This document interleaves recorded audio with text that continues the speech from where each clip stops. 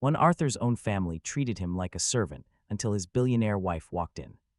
It sounds like some wild revenge fantasy, but it was worse. He did not even know she was his wife yet. For years, the elite Pierce family kept Arthur around for doors, shoes, bags, and errands close enough to use, yet far enough to deny. Then comes the twist. The county clerk's office, chasing one clean escape he thought the worst lie in. The room was the paid bride standing beside him. The county clerk looked from the screen to his face and pushed his application back through the glass. "Arthur Pierce," she said aloud, "you cannot apply for a marriage license." For the line behind him to hear, "You are already legally married," the woman beside him, the one he paid to play bride for the afternoon, yanked her hand out of his like his skin had burned her. He did not blame her. At Stonebridge County Clerk's office, bigamy was a word people whispered after criminals, not after men in rented jackets who were just trying to escape a family dinner.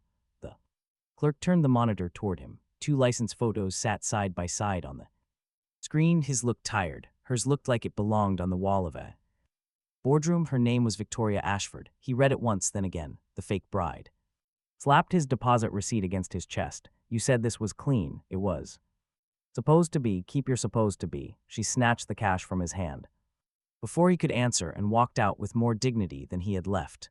The clerk folded her arms. "Do you want me to call security?" He took out his phone, photographed the screen before she could turn it back, and sent it to Jules Knox. "Find Victoria Ashford. Find how his name got beside hers." Quietly, Jules replied. "In 6 seconds, that name is not quiet." That was the first useful thing anyone said all morning. He left the clerk's office with no license, no fake bride, and a printed record that claimed he already had a wife. By the time he reached the Pierce house, Mara Pierce had called him 12 times. He answered none of them. The 13th came from Richard Pierce, which meant the situation had become expensive. The Pierce house looked polished enough to pretend nobody inside had ever been cruel. Black iron gate, white columns, imported stone, and a front hall where he had learned to stand near the wall until someone needed something carried. Mara was waiting under the chandelier with Preston beside her. Preston had one foot on a low bench while a servant polished his dress shoe. He wore the soft smile he saved for witnesses, the one that said he was gentle because no one had made him pay for being vicious. Mara saw the paper in his hands before she saw his face. "You finally found some desperate woman to marry you?" she asked. "Good. Maybe now you will stop dragging shame through this house." He held up the record. "The clerk says I already did." Preston laughed. "First, even a fake bride ran away from you." Richard came out of the study with a tie half knotted at his throat. "Why are you here making noise?" "Because your son is committing fraud at a county office," Mara snapped, pointing at him. Richard's eyes moved over him, bored, until he saw the Ashford seal at the top of the page. His hand tightened on his tie. "Where did you get that from?" "The clerk." "Do not play with that name in my house," Richard said. That was the closest Richard ever came to sounding afraid of something that was not a quarterly loss. Pierce Energy had spent months trying to get close to Ashford. Preston's engagement was no romance. To Richard, it was just a corporate deal. A boardroom shortcut, a quick, dirty way to polish up the Pierce family name. That meant the woman on Nolan's county record wasn't just powerful, she was everything. The golden door they desperately wanted. Preston leaned closer, wearing that smug grin. He asked who the unlucky woman was, so Nolan let him read the paper. Preston laughed. "Victoria Ashford, what a pathetic lie," he scoffed as Mara snatched the paper. She read the name, she stared, then she glared at Nolan with pure, filthy disgust. "Who on earth is this?" Mara demanded. "Apparently his wife," Nolan replied calmly. Nolan half expected a hard slap, but then Richard barked for silence. Enough not to protect Nolan. Richard never wasted any energy on him. He only protected the name. Victoria Ashford controls the massive Ashford Group.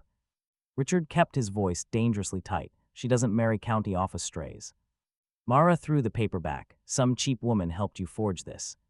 Pay her off before Victoria sees this," she hissed. Nolan asked, "Cheap?" Preston's smile returned. "Let's be honest, Nolan, any wife of yours is cheap." Leaner Pierce sat near the window, quietly wrapped in her gray cardigan. Though the room was warm, she had remained completely silent since Nolan entered. She rarely spoke up when Mara commanded, but Preston's laugh made her flinch. Leaner's hands trembled over her plate. "Nolan," she called out softly. "Eat something first," she urged. Mara turned on her instantly, eyes blazing. "No sandwiches, he needs discipline." Leaner quietly lowered the plate. Nolan looked at the sandwich, then at Mara. Funny, he murmured softly. The only food he ever got here came from the woman they silenced. Mara stepped forward furious, but Richard cut her off again instantly.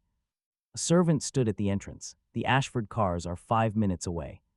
The atmosphere shifted instantly, panic in the air, though nobody admitted it. Mara's mouth snapped shut. Preston quickly stood up straight. Richard adjusted his tie with both hands. Nolan looked at the paper. Victoria Ashford was coming here. Preston brushed imaginary dust off his sleeve. Isabel assured them her aunt was only visiting to inspect their family. Then nobody embarrasses us, Richard warned, his eyes locking onto Nolan. Especially not him. Mara gave Nolan a cold, lifeless smile. Go upstairs. Fetch Preston's black shoes, she ordered. Preston lifted one polished shoe. He dropped it right at Nolan's feet. The expensive leather slapped the floor. Wipe them again, Preston drawled. You always did that so well. The servant froze. Alina's plate shook. For years, this was the routine. Preston dropped things. Mara glared. Richard looked away. Nolan cleaned up. Every single time, the house lived by its absolute favorite lie. Preston was the king. Nolan was just the mistake allowed near him. And just like that, Nolan does the unthinkable. He steps right over the shoe. Preston's smile died. The servant held his breath as Nolan walked past. He placed the printed record face up on the polished side table. Victoria Ashford's name stared at them. Mara grabbed his arm in panic. Pick it up, she hissed, her fingernails digging deep into his sleeve. Tell your servant to do it. He's already holding the cloth. He went pale. Preston turned red. Mara raised her hand again, but Richard caught her. Wrist not for Nolan, never for him. The front drive had filled with black cars.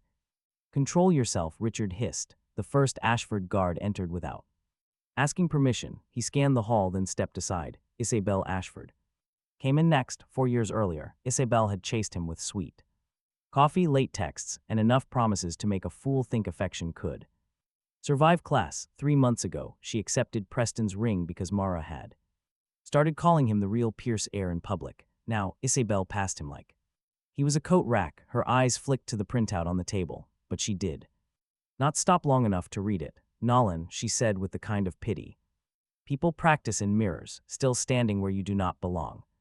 Isabel, Nolan said, still choosing furniture by price tag. Her smile sharpened. Preston stepped between them fast. Then Victoria Ashford entered. No one announced her. They did not need to. The hall bent around her. She wore black suit with no jewelry except the thin watch. Arlo Finch walked half a pace behind her, carrying a tablet and the expression of a man who had already decided everyone in the room was a threat. The guards moved like doors opening before a storm. Richard bowed his head just slightly and hated that he had to. Miss Ashford, he said. Pierce energy is honored. Victoria's eyes touched Richard. Preston, Mara, Isabel, then Nolan. They did not warm. They did not recognize. They moved on like he was a file she had not opened. That should have solved one question. Instead, it made the certificate worse. Richard offered her the seat at the head of the sitting room, not his own chair. Not the guest sofa, the head seat. Mara saw it and finally understood the weight of the woman whose name she had called cheap. 5 minutes earlier, Preston performed perfectly. He greeted Victoria with humble respect. He spoke about Isabel like she was a treasure, and about Pierce energy like it was one signature away from greatness. Richard nodded. Mara smiled until her cheeks. Nolan stayed near the side table. The printout stayed where he had left it. Victoria listened for less than 2 minutes before her gaze dropped to the paper. Arlo saw her see it. He moved first, but Nolan picked it up before he could. Victoria looked at him then fully. Mr. Pierce, she said, why are you holding a county marriage record with my name on it? The room went quiet enough for Mara's bracelet to click against her wrist. Preston's face brightened with panic disguised as offense. Ashford, Nolan has been acting unstable all morning. He probably made that to embarrass the family. Victoria did not look at him. I asked Mr. Pierce. Nolan almost liked her for that. He handed her the printout. The clerk said I was already married to you. Arlo stepped closer. Careful, careful came late. Nolan said the county record came first. Victoria read the page once. Her face gave away nothing. She folded it with 2 fingers as if it might be contaminated. This is either a clerical error, she said, or a forgery committed by someone with a death wish. Then you should be relieved, Nolan said. I've had a death wish since breakfast. Mara hissed Nolan's name. Victoria turned to Richard. I need air. Richard moved too quickly. Of Course the terrace is this way. Victoria walked out before he could. Nolan watched Arlo escort her. He waited 3 seconds before following them both. Preston grabbed Nolan's sleeve, warning him to stop. Nolan stared down at his hand. You already lost one thing today, Nolan warned. Do not add your fingers. On the side terrace, Victoria stood by the stone rail with Arlo between them. Nolan stopped nearby, giving her space to hear him without feeling trapped. Calling her Victoria Ashford, Nolan added a sarcastic honey. Arlo's head snapped up. The temperature on the terrace plummeted instantly. Victoria turned, telling him never to. Call her that again. Fair enough, Nolan replied. He was only testing boundaries. She snapped back that there was no marriage. Nolan showed her his phone. On screen was the photo of their marriage certificate from the clerk's office. Someone was risking prison for a joke featuring both of their faces. Victoria stared at the screen, a subtle shift flashing in her eyes. It was calculation, not recognition. Nolan knew he could work with that. She asked where he got the original, the clerk's office, an hour ago. Nolan asked why she wanted a license, to stop her family's arranged plans. Her gaze sharpened with intense focus. Arlo stepped in, interrupting them. He said she owed him no answers. Nolan agreed, but added she owed herself one. Victoria returned the phone, coldly warning him that if he forged this, she would ruin him. Nolan shrugged, telling her to get in line with the rest. Arlo stopped. That gesture was the first real answer Nolan got from her. Talk about absolute authority. She commanded respect without ever raising her voice. Inside the house, Preston crept close to watch them through the glass doors. Isabel stood next to him, with Mara looming right behind them. People who had spent years dismissing Nolan were now staring in absolute shock. Victoria noticed their audience. She stepped closer, lowering her voice to a whisper. She ordered Nolan and Arlo never to speak of this to her family. Nolan replied that staying silent had only got him married. Her mouth tightened. When she snapped that he was not her husband, he challenged her to prove it. She held his gaze for a long moment before walking past him. Nolan followed her inside, keeping a careful distance as they entered the sitting room. Preston had already prepared a perfectly rehearsed, noble facade. Before Nolan could speak, Preston apologized to Victoria for the dramatic scene. He claimed Nolan was simply bitter over the engagement to Isabel. Preston accused him of using fake records to tear their families apart. Isabel glanced at Nolan, a hint of jealousy buried beneath her disgust. Still, she kept quiet. Mara immediately seized the chance to attack him. She called him mentally unstable, claiming they only kept him around out of pity. Eleanor tried to quiet her, but Mara snapped at her to shut up. Richard looked between Victoria and Nolan, eyeing the paper in her hand. He offered Pierce Energy's full cooperation to resolve this matter quietly. Victoria silently folded the document and handed it off to her guard. Her icy response cut right through them. Handle your own house first, she commanded before walking out. No explanation, no mercy, just total silence. The Pierce house finally let out a collective breath. Preston spun on him. You just cost us, he hissed under his breath. Nolan smiled, then Bill, his wife, his hand curled as Ma stepped between them with it. Look, that promised blood. Tomorrow morning, Havenport University, Professor Brenner will be told you are withdrawing from your placement, and you will leave this city before you drag Preston down. Then Preston picked up his shoe from the floor and handed it to the servant without looking. He wanted everyone to see the old order returning. Then he leaned close enough for only Nolan to hear. If Victoria thinks our engagement is dirty because of you, he said, I will make sure Professor Brenner remembers which Pierce son deserves a future. Nolan looked at the faint crease the shoe left in the rug. They could not even make him bend for leather. His smile returned, meaner than before. He had lied about the terrace and turned it into a weapon. The certificate had given him a wife he did not know. By sunrise, her name was going to cost Nolan his future. But get this, by 9, Preston had moved from lying about Victoria to stealing Nolan's future. Professor Miles Brenner's office at Havenport University was small, crowded, and way too honest for people like Mara. Books sat in uneven stacks. Coffee had burned itself into the air. His research file lay open on the desk, with a red withdrawal form clipped to the front. Mara stood beside the professor's chair like she owned the building. Preston sat across from him like he had already inherited Nolan's seat. A plane ticket and a bank card waited on the edge of the desk. Professor Brenner looked at Nolan when he came in, and the apology on his face told him Mara had arrived early. The folder beside his elbow held Nolan's notes, his acceptance letter and the campus badge he had not even picked up yet. Mara had stacked them neatly, as if stealing a future became polite when the papers were lined. Nolan, the professor said, I have not signed anything yet, but Preston said, gently, Professor, we all know this is cleaner. Nolan has family issues. He offended Victoria Ashford yesterday. The Pierce family cannot keep rewarding that kind of instability. Nolan shut the door behind him. You call lying a family issue?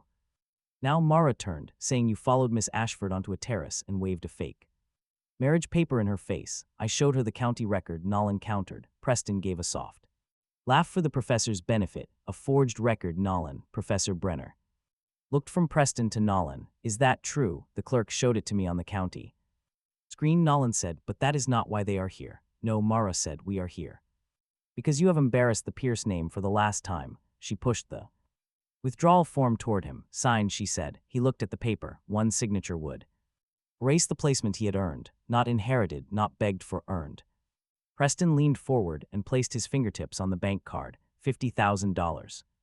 Take it, leave Havenport tonight, and stop making Mother chase you through public buildings. He said Mother like the word belonged to him alone, and Mara did not correct him. Professor Brenner's face hardened, saying a research placement is not a family coupon. Preston's smile stayed soft. Of course not, but Dr. Lark is a family connection. Pierce Energy has been trying to work with him for months. Alina has supported people like him for years. If anyone in this family deserves that introduction, it is me. Dr. Lark. Nolan looked at Preston when he said the name. Nolan knew enough about Dr. Lark to know Preston was not just. He was lying, standing right on a trap door and bragging about the view. Professor Brenner removed his glasses, stating that Dr. Lark did not recruit people just because their family owns a company, but you respect his work, Preston argued, and you said Nolan's research direction aligned with his patents. Brenner clarified that he only said Nolan's work was strong enough to discuss, not Preston's. Hearing this, Preston's fingers tapped his chair. He demanded to sit in on the meeting, claiming he represented Pierce Energy while Nolan represented nothing but Professor Brenner's voice cooled. Nolan represents the work that made Dr. Lark answer his email. The office fell dead silent for one perfect second. Mara didn't understand the dig, but Preston did. His smooth smile finally twitched. The bank card on the desk suddenly looked cheaper. Mara saw this and targeted him as the easier prey. So strong, she mocked. He grew up eating Pierce food, wearing Pierce clothes, and using Pierce money. If he has any skill, it came from this family. Nolan laughed, causing Mara's eyes to sharpen. What's funny? She snapped. Pierce food, he replied, looking at Alina's name on the folder, printed as the emergency contact Preston had tried to claim. The meals he remembered actually came from Alina sneaking plates into the garden. Since she locked the pantry, Professor Brenner stared at Mara as Preston's jaw tightened. Mara stepped toward Nolan, warning him not to twist family discipline into victim theater. She asked for you this morning, Preston said, suddenly acting gentle again. Nolan looked at him, knowing he meant Alina. Preston saw the blow land and pressed harder, saying she wanted to see if Nolan was eating while their mother claimed he was busy ruining them. Mara smiled, adding that Alina was too ill to be upset by his selfishness, so stay away until Preston's future was secure. There it was, the small knife they always kept for last. Nolan had no claim to Alina in that house, no legal tenderness, no permission, just years of quiet plates pushed through garden doors and a woman who had looked at him like hunger was not his fault. Want discipline? He tapped the withdrawal form, telling them to make Preston sign since he was taking what he didn't earn. Preston stood, claiming he was only protecting the family. Nolan shot back, no. You're just trying to wear his work like another polished shoe. Preston's face darkened. Mara grabbed the bank card and shoved it against Nolan's chest. Take the money, she spat, telling him he was lucky Preston gave him anything. The card fell to the floor, but Nolan didn't pick it up. Mara looked down, then glared at him. Her voice dropped. I raised you, she hissed, before her hand cracked hard across his face.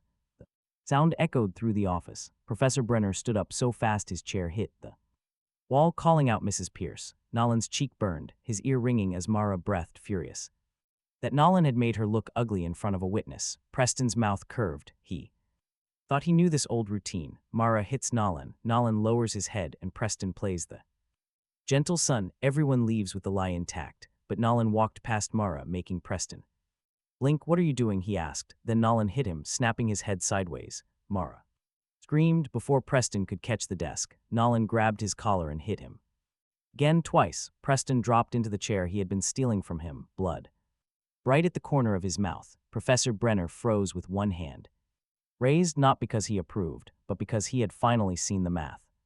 Mara hit Nolan once, so Preston paid twice. Mara had trained him to swallow pain, and Preston had trained the room to enjoy. Nolan did not need a speech about dignity that morning. He wanted blood. He wanted it on Preston's perfect shirt, exposing the cost of betrayal to everyone. He leaned in close, whispering directly so only Preston could hear. He warned that anything Mara did to him would bounce back twofold. Preston stared back up, completely stunned, bleeding, and utterly humiliated in the office. He was totally exposed in the very room he tried to dominate. Mara lunged, but Professor Brenner quickly stepped between them to stop it. She pointed at Nolan, screaming to call security because he assaulted Preston. Professor Brenner looked at Preston's split lip, then at the withdrawal form. He saw the card on the floor, warning he would call security instead. No one was going to threaten his student on his watch anymore.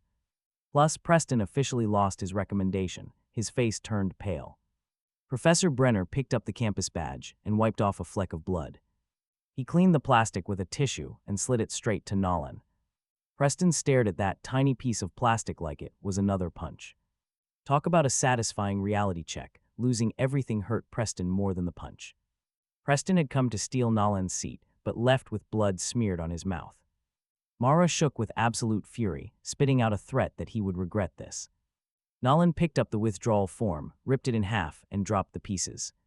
They fell right on Preston's lap. Then Nolan apologized to the professor. Professor Brenner looked closely at Nolan's face, confirming his placement was safe. He urged Nolan to leave before he officially became a witness. Nolan left. Stepping outside, the campus path was blindingly bright as students crossed the quad.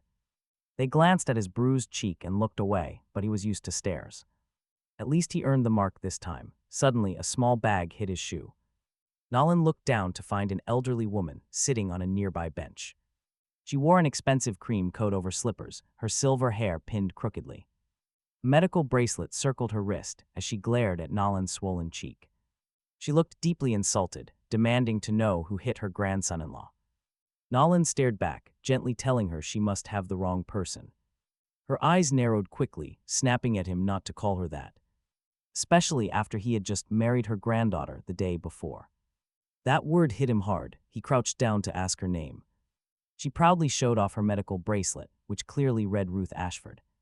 Ashford, of course, because his crazy life was not done with him yet. Apparently, one difficult wife was not enough, so now her grandmother appeared. Ruth reached into her paper bag and pulled out a warm, boiled egg. Before he could stop her, she wrapped it and pressed it to his cheek. She ordered him to hold still, saying a husband cannot look so beaten. When he protested that he was not her husband, she just patted harder. The warmth actually helped, a rare kindness he never felt in his own home. Standing there, Nolan took out his phone to call the emergency number. Arlo Finch picked up almost immediately, demanding to know who was calling. Nolan explained that he had found Ruth wandering outside Havenport University. Arlo's voice instantly turned incredibly sharp, ordering him not to touch her. "Don't speak to her." Ruth snatched the phone from his hand, telling Arlo to stop. Barking at her grandson-in-law, "Silence." This time it felt better. He took the phone back, explaining that she seemed confused but safe. Arlo demanded their exact location. "Campus path near Professor Brenner's building," he answered. "Ms. Ashford is already on the way." Arlo snapped that he could not use Victoria's first name. Ruth leaned toward the phone. "He can," she insisted. "He is family." Arlo groaned like he had bitten glass. 10 minutes later, a black car stopped at the curb, hard enough to make students scatter. Victoria stepped out first, Arlo following with 2 guards and the expression of a man at a crime scene. Ruth brightened, calling for Victoria. "Look, she found him." Victoria's eyes darted from Ruth's hand on his sleeve to the egg against his face, then to his bruise. She didn't ask if he was hurt, nor did she ask who did it. She just looked like she was collecting facts, deciding which ones to be used against him. "Ruth," Victoria said, her voice controlled. "Come here." Ruth held his arm tighter. "No, he is hurt." Arlo pointed, ordering him to step away from Ruth. "Ashford, she has his sleeve," he said. "Take it up with her." Ruth glared at Arlo, shouting, "Do Not be rude to her grandson-in-law. Victoria's mouth tightened at that word. He is not your grandson-in-law. Ruth looked offended, asking why Victoria married him. The campus path fell silent, and a passing student carrying coffee slowed down. Arlo saw him and stepped right into his line of sight. The student suddenly remembered he had somewhere else to be. Victoria looked at him, asking what he told her. Nothing. She found him. She noted it happened often, and he replied only with Ashford women. Arlo moved again, but Victoria stopped him with one glance. Ruth pressed the egg back to his cheek, whispering loudly that she got cold when embarrassed. Victoria heard that. Victoria said, "Good," Ruth replied. Victoria Ashford looked almost human for half a second, not soft, not warm, just caught by someone she loved enough not to crush. The moment vanished. She ordered Arlo to send him 300,000. He looked up, asking what for. For 1 week of food, transport, clothes, and medical supplies and inconvenience. Victoria explained that if her grandmother insisted on trusting him, she refused to let her eat whatever he could afford. He almost laughed. It was almost generous until the insult, which she claimed was just an assessment. Arlo took his payment info like it smelled bad. Suddenly his phone buzzed. $300,000. For 1 week, Marla offered 50,000 to make him disappear. Victoria Ashford had just paid 6 times that because Ruth liked how he held an egg to his face. Ruth smiled, saying her granddaughter was very good to her husband. Victoria closed her eyes briefly. Arlo whispered, warning Miss Ashford that people were watching. Ruth told him to stop whispering, saying it made guilt look suspicious. Arlo actually stepped back. It was the first time he saw anyone in Victoria's orbit retreat from someone other than Victoria. When Victoria opened her eyes, she looked at him like a locked door she intended to break. "You must keep your phone on," she ordered, "and answer when Arlo calls. You will not take her grandmother anywhere without telling her first, then take her now," he said. Ruth's grip tightened, refusing. Victoria looked at Ruth's hand, then at his swollen cheek, then at the campus office behind him, where Marla's scream still felt fresh. Her next sentence was colder because she hated facing reality. Ruth was going to stay with him until she calmed down, nearly choking poor Arlo. She clapped happily, then winced as the movement jostled the egg against his cheek. Victoria watched this, and for a split second, her icy mask actually cracked a bit. Just slightly, then she delivered a threat, warning if Ruth slept poorly, Pierce would pay. Victoria warned she would know, ordering Arlo to keep guards outside for the night. No arguments allowed. He knew he really should have refused this whole deal. He had a bleeding brother, a stolen university fight, and a hostile assistant. Arlo wanted him in caution tape, but Ruth just placed the warm egg in his palm. She looked at him like he actually mattered, prompting him to agree to just one night. Victoria stepped closer, warning that if Ruth was frightened, harmed, or photographed, she would make him regret his own name. He just looked at her massive entourage. He eyed the black car, the guards, and the old woman clinging to his arm. They kept threatening him with things that had already happened. Ruth tugged him to the car, calling him her grandson-in-law as they headed home. Victoria failed to correct her quickly enough, and that was how Pierce ended his chaotic morning. With Preston's blood on his knuckles and Victoria Ashford's money flooded into his account. And her grandmother fell asleep on his shoulder like she had known him for years. By nightfall, the stubborn old woman refused the family car and Arlo's guards. She refused to let go of his sleeve, waking up in his humble East Row apartment. The only address she kept whispering in her deep sleep was Ashford Ridge Estates. The cash hit his rent account before Ruth even finished her second egg. $300,000 looked absolutely obscene next to his cracked kitchen counter. Ruth sat there wearing one of his oversized sweatshirts, her expensive coat neatly folded aside. She gently tapped her warm egg against the table, like a judge with a gavel. "Too much salt," she announced, though Pierce told her he had not added any. She complained he was underfeeding her granddaughter's husband, assuming the role demanded chores. "It just came with breakfast," he replied, as she pushed half the egg over. She told him to eat, so he did. Honestly, that was the truly bizarre part. Not the armed guards downstairs, or Arlo calling every 15 minutes on a strict schedule. It was just an old woman in his cheap apartment caring if he ate first. She prioritized his hunger, and right after breakfast, Ruth fell fast asleep. She curled right up on his narrow couch, pulling a spare blanket over herself, sleeping so deeply that the guard outside actually knocked to check if she was breathing. When Pierce sent Victoria a quick photo, her call came in under 10 seconds. She demanded to know where they were, sounding stunned that her grandmother was so comfortable. He dryly suggested his cheap couch just had lower standards than her massive estate. Victoria coldly warned him not to joke about her grandmother. Pierce told her to stop blaming him before Arlo seized the phone. Arlo ordered him to hand her over at the lobby, but Ruth was listening. She muttered that Arlo sounded ugly, so Pierce told him exactly that. Arlo hung up immediately, and Ruth rejected the entire setup. She even refused the expensive car downstairs, insisting she wanted to see Victoria. When he said Victoria was busy, Ruth got incredibly cunning. She told him to deliver lunch instead, since he was her husband. Even worse, that was how Pierce ended up at their executive entrance. Wearing a delivery jacket, Nolan carried a sealed lunch bag. Ruth had bullied the guard into buying. Arlo met him outside the elevator, looking eager to enjoy his failure. He told Nolan that he was not on the visitor list. Nolan raised the lunch bag, claiming he was on the delivery log. Arlo snapped they rejected outside. Deliveries, Nolan smiled, saying their lobby guard accepted bribes terribly. Arlo's face went flat. Arlo was shocked. Nolan explained he only tipped the driver $20 to let him carry a pre-cleared bag. Their security system was just dramatic, not complicated. The elevator opened behind Arlo. Victoria stood inside wearing a black suit. With cold eyes and zero patience, she demanded to know why there was an argument. Right outside her office, Arlo pointed at Nolan, blaming her grandmother's caretaker. He called it trespassing. Nolan smiled, saying it worked. Victoria looked at the lunch bag, asking if Ruth sent it. Nolan confirmed she said Victoria forgot to eat one. Angry, her hand froze instantly, hovering over the button. She did not soften, but the delivery had reached a place that insults could not touch. Then she stepped aside. 5 minutes, she said. Arlo was shocked. Inside her office, the massive city spread beneath glass walls and polished steel. Ashford Group did not merely show off their wealth, they weaponized it. Every single chair looked incredibly expensive, costing more than a whole college tuition. Outside, silent assistants moved carefully, as if Victoria's mood could crash the stock market. Nolan calmly placed the lunch bag on her desk, but she did not touch it. She demanded to know what he actually wanted.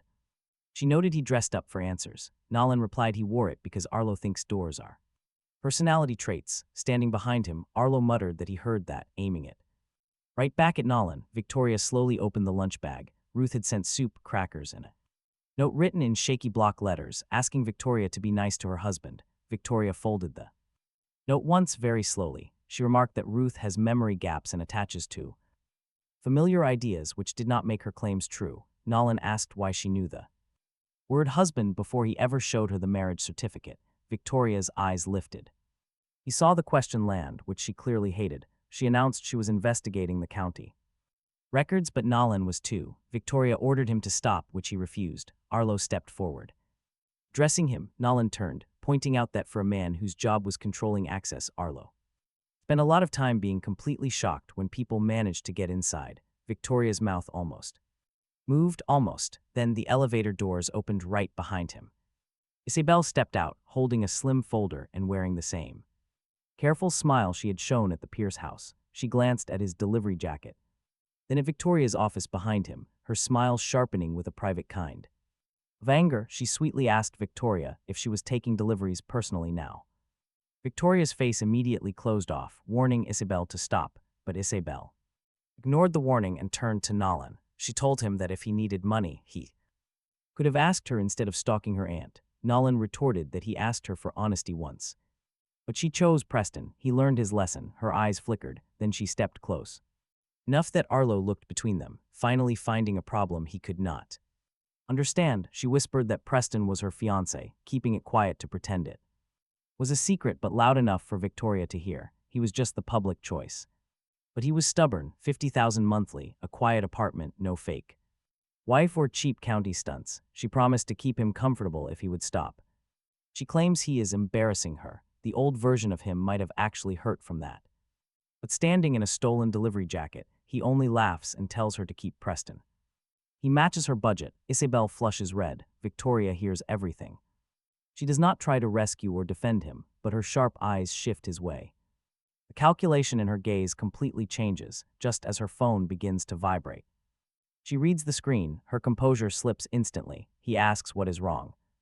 Victoria says Ruth is calm, too calm. They rush back to his apartment. Ruth is still resting on his couch, but the guard is standing in the kitchen. Looking absolutely terrified, he quickly stammered that he did not touch a single thing. Before Victoria can even ask, Ruth sleeps soundly as Victoria quickly crosses the room. Moving faster than she cares to admit, she crouches down, her hand hovering tensely over Ruth's shoulder before finally settling lightly on the soft blanket. There is no command, no threat, just a worried granddaughter checking her breath. Ruth sighs.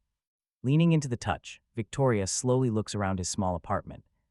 Noticing the cracked counter, the chipped mug near Ruth, the neatly folded coat, and eggshells in a bowl, she spots the small towel he had warmed for the grandmother. Because the elderly woman always complained that the cold air was too much to bear. Victoria stares at the towel and asks what he gave her besides a blanket.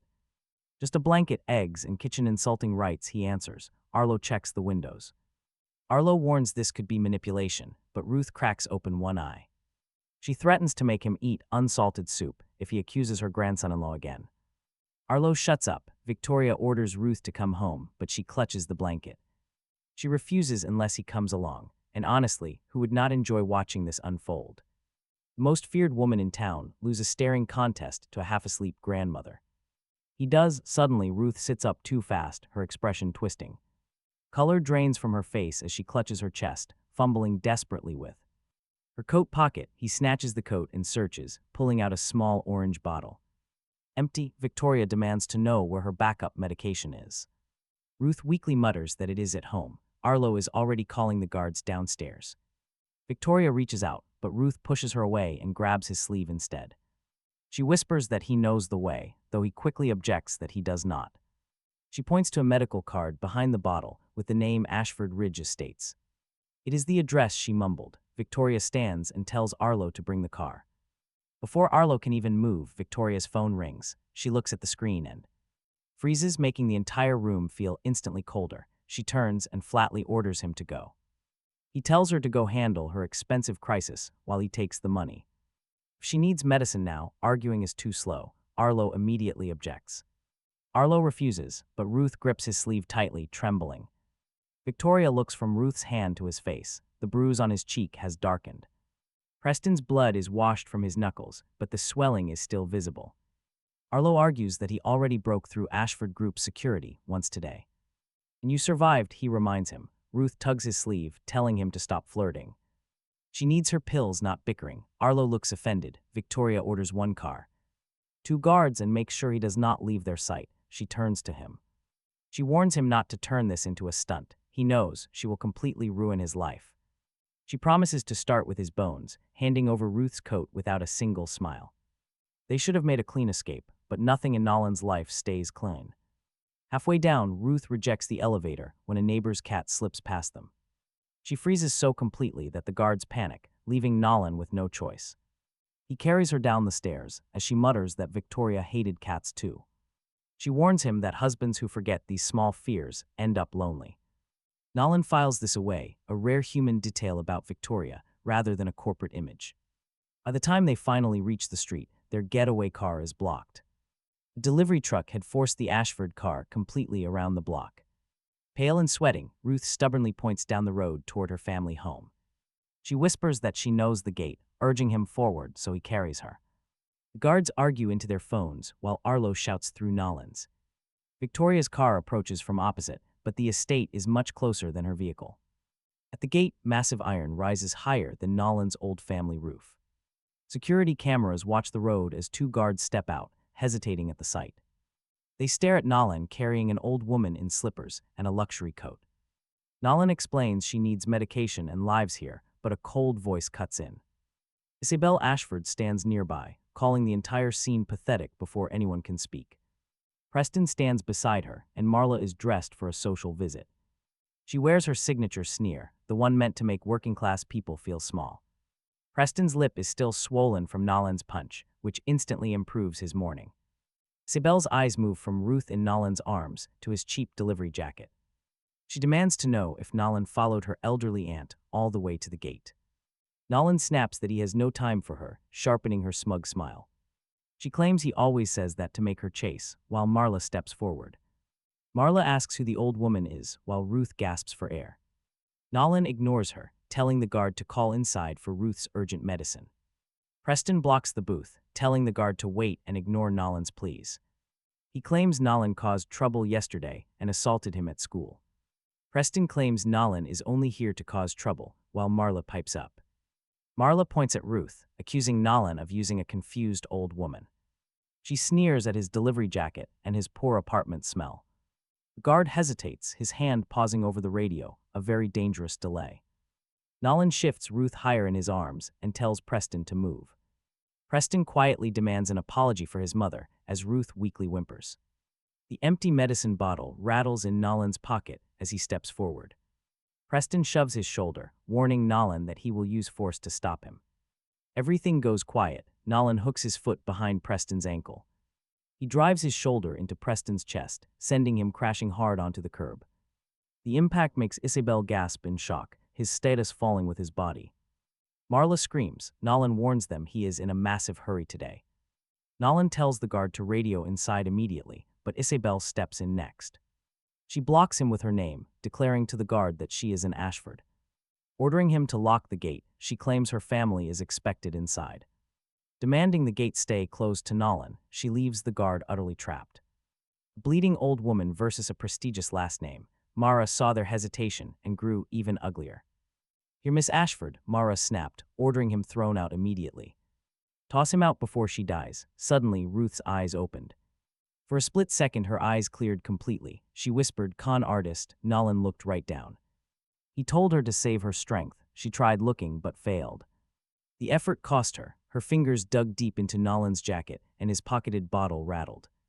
The bottle rattled again, then sleek black cars suddenly filled the road behind them. Isabel turned, irritation already forming on her face. She assumed backup had arrived. Instead, Victoria stepped from the lead car. Victoria stepped out before it fully stopped, with a pale Arlo following right behind her. She saw Ruth in Nolan's arms, Preston on the curb, and Mara blocking. She saw Isabel posing near the guard booth, practically dripping with her borrowed, unearned authority. Then Victoria looked at Nolan. For once, she didn't accuse him. Talk about a tense moment. She walked straight to Ruth, touching her cheek and softly saying her name. Victoria's voice cracked, just enough for everyone at the gate to hear her immense concern. Ruth smiled faintly, whispering she brought him home. Victoria looked at Mara. The gate area went dead silent. Victoria asked who kept her grandmother outside. Who left her here without medication? Meanwhile, Preston tried to stand up. Preston tried stammering an excuse, but Victoria ignored him completely, saying she didn't ask him. Mara's face lost color. Isabel stood in shock. The realization hit her hard. Nolan held Ruth as Victoria took the empty bottle. She pulled the bottle from Nolan's pocket, handed it to Arlo, and ordered the gates opened. As the massive gates slowly began to move, Victoria made absolutely sure her voice carried to everyone.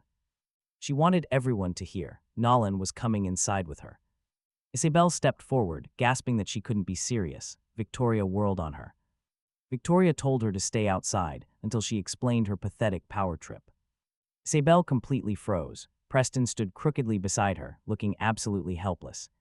He was still brushing dirt off the extremely expensive suit he wore to impress the Ashfords. Mara looked from Ruth to Victoria, then to Nolan. She knew she messed up. She insulted someone in front of a power she couldn't bully. Serves her right. The gates opened wide. Nolan carried Ruth through, leaving the three snobs standing completely outside. They stood there in their fancy clothes, utterly humiliated by their target. The Ashford gates had opened wide for Nolan long before they would ever open for Isabel. That was the incredibly bitter pill she absolutely could not swallow as Nolan walked right past. He carried Ruth across the stone driveway, with Victoria walking close beside him. Arlo followed behind, while the guards suddenly pretended they had never even hesitated. Ruth's weak fingers stayed tightly hooked in Nolan's jacket. Her breathing remained thin, but her eyes were wide open. Behind them, Isabel furiously snapped. She barked at the nearest guard, demanding they let her through immediately.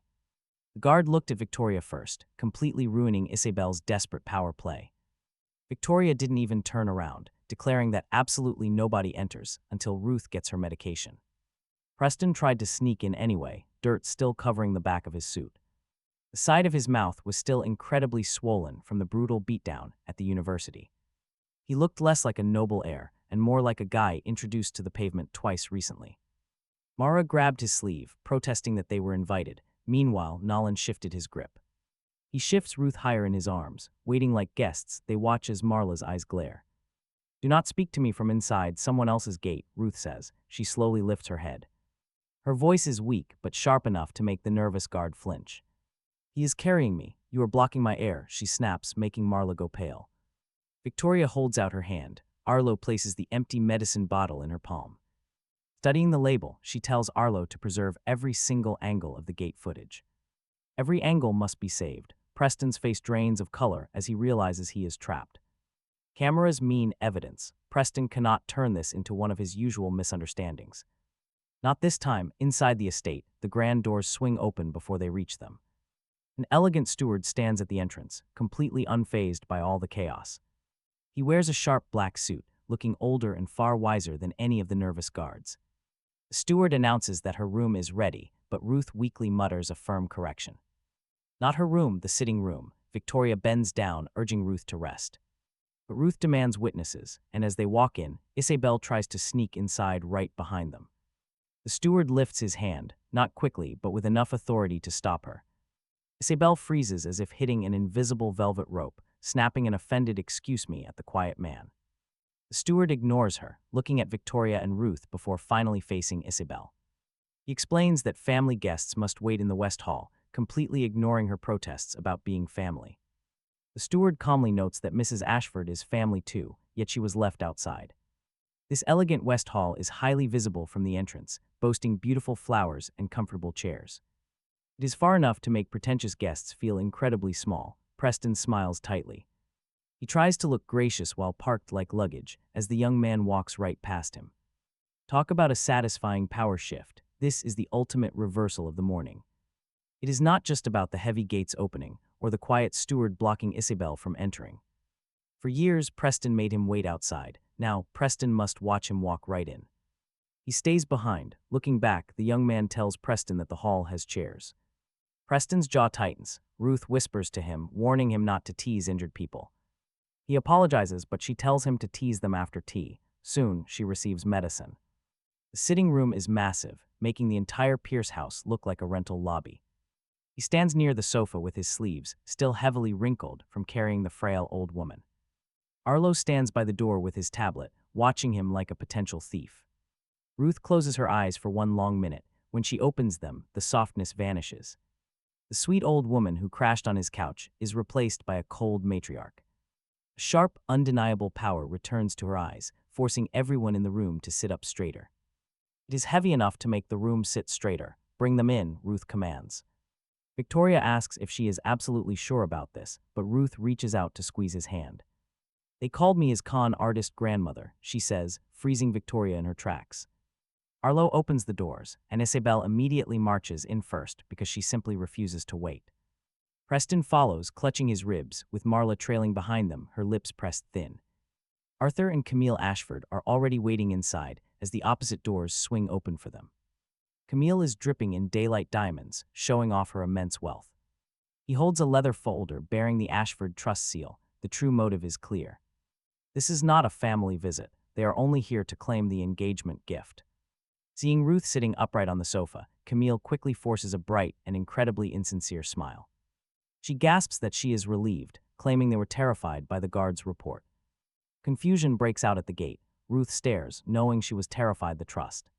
Meeting would be delayed. Camille's smile dies halfway. Arthur quickly clears his throat, warning this is not the moment. Ruth demands to know why she holds the folder. The folder lowers an inch. One could almost respect her aim, considering she had been barely conscious 10 minutes ago, yet still targeted the richest person in the room first. Preston steps forward with the bruised patience of a man, trying to look noble while his cheekbone swells, addressing her as Mrs. Ashford. He says he is relieved she is safe, blaming Nolan for creating chaos outside. He claims he tried to protect her. Victoria glares at him by standing between her grandmother and her medication. He claimed he did not recognize her. That is no defense, Victoria retorts, saying that is the entire problem. Mara could not help herself. She points at Nolan, who carried a sick old woman in a delivery jacket, asking what they were supposed to think. Ruth reaches for her teacup. Everyone thought she wanted a drink, but she tips the tea onto the saucer, sets the cup down, and flicks 2 drops of tea onto Mara's perfect sleeve. Mara flinches as if burned. Talk about a legendary power move. Ruth smiles, telling her she looks properly offended. No one breathes for 3 seconds. The old matriarch of the Ashford family had just stained Mara Pierce right in the sitting room. Everyone present knew Mara could not wipe it off without admitting she had been marked. Mara gapes in shock. Richard would have warned her to remain silent if he were present, but Preston has to step in instead. He whispers to his mother. Ruth looks at Preston, mocking his choice of words. His face stiffens. Ruth points out he let that woman slap Nolan at Havenport University and then blocked him today while he was carrying her. She demands to know when Preston's kindness actually begins. Preston's polished composure cracks, accusing Nolan of assaulting him twice. Nolan corrects the record. Arlo makes a choking sound by the door. Victoria remains completely unamused, though her mouth almost betrays a smirk. Isabel recovers first, claiming Nolan is twisting the entire situation. He has always been obsessed with her, showing up only because of Preston. Ruth turns to her. Hearing Isabel call her grandmother felt incredibly fake. It sounded like borrowed jewelry. Ruth reminds her of her actions. She stood at the gate, using Ruth's name to order guards to ban the man carrying her. Isabel flushes, claiming she did not know. Ruth snaps that she only needed to know it was a person who could not breathe. Camille smoothly steps in, defending her daughter's mistake. She blames the stress and confusion, urging them not to let an illegitimate Pierce boy cause a family fracture. The cruel label is spoken. But here that insult holds absolutely no authority. Ruth's hand tightens around Nolan's. Victoria warns Camille never to call him that here. Camille blinks, asking Victoria if she is actually defending him. Victoria replies she is defending her grandmother's life, saved by Nolan while Isabel blocked the gate. Arthur's jaw tightens, warning Victoria. She turns to him, warning him never to say her name like that again. Otherwise, she will target his department budget, forcing Arthur to shut his mouth. That was the Ashford difference. At Pierce's house, people shouted until someone weaker finally bent. In Victoria's world, one single sentence could cost an entire floor of employees. Ruth calmly lifted the trust folder from Arthur's hand, and he let her take it. Of course he did. She opened it on her lap, revealing a thick cream envelope. Embossed, heavy, and clearly prepared long before anyone expected issues with blood pressure. Gate cameras or Nolan. The original engagement welcome actually included 2 Ashford trust share allotments, Ruth said calmly. Preston's eyes gleamed before he could hide. That tiny greed did more damage than any accusation, and Ruth saw it too.